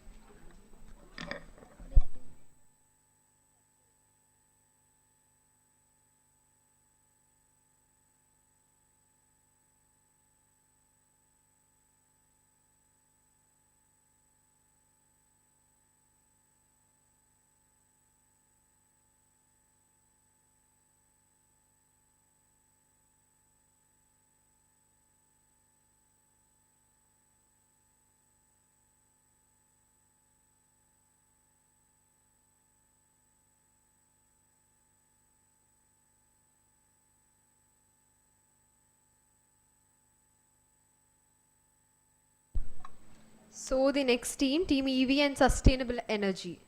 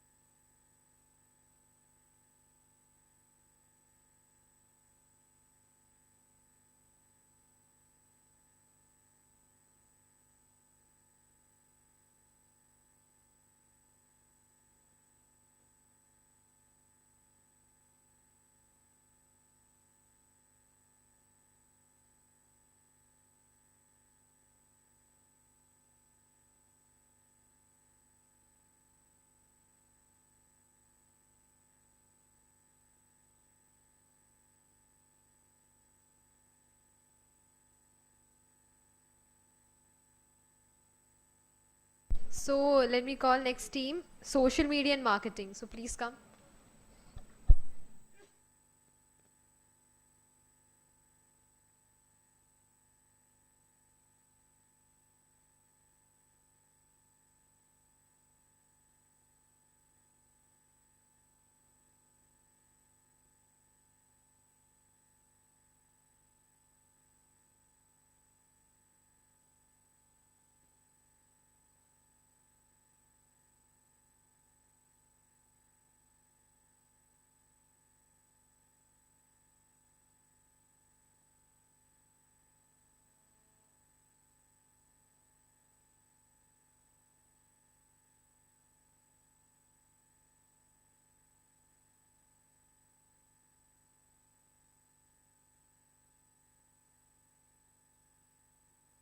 So let me call all the working team members of IgnitES'22 to please come forward so that we can take a pic together.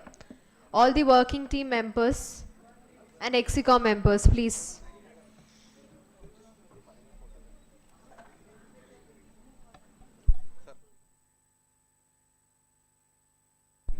All the working team members, please come forward. Ivan, Abhinav, Anupama, yeah.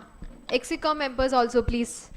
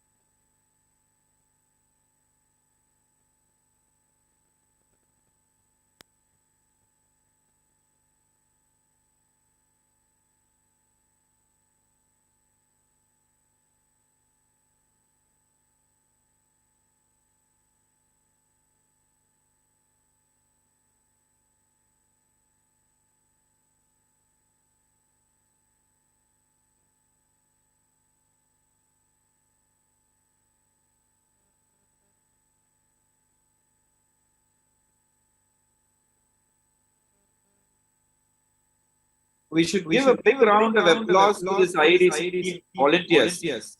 I only don't know if there's anybody there sitting on the other side to clap. Thank you, guys. So thank you all. Thank you. Zoom link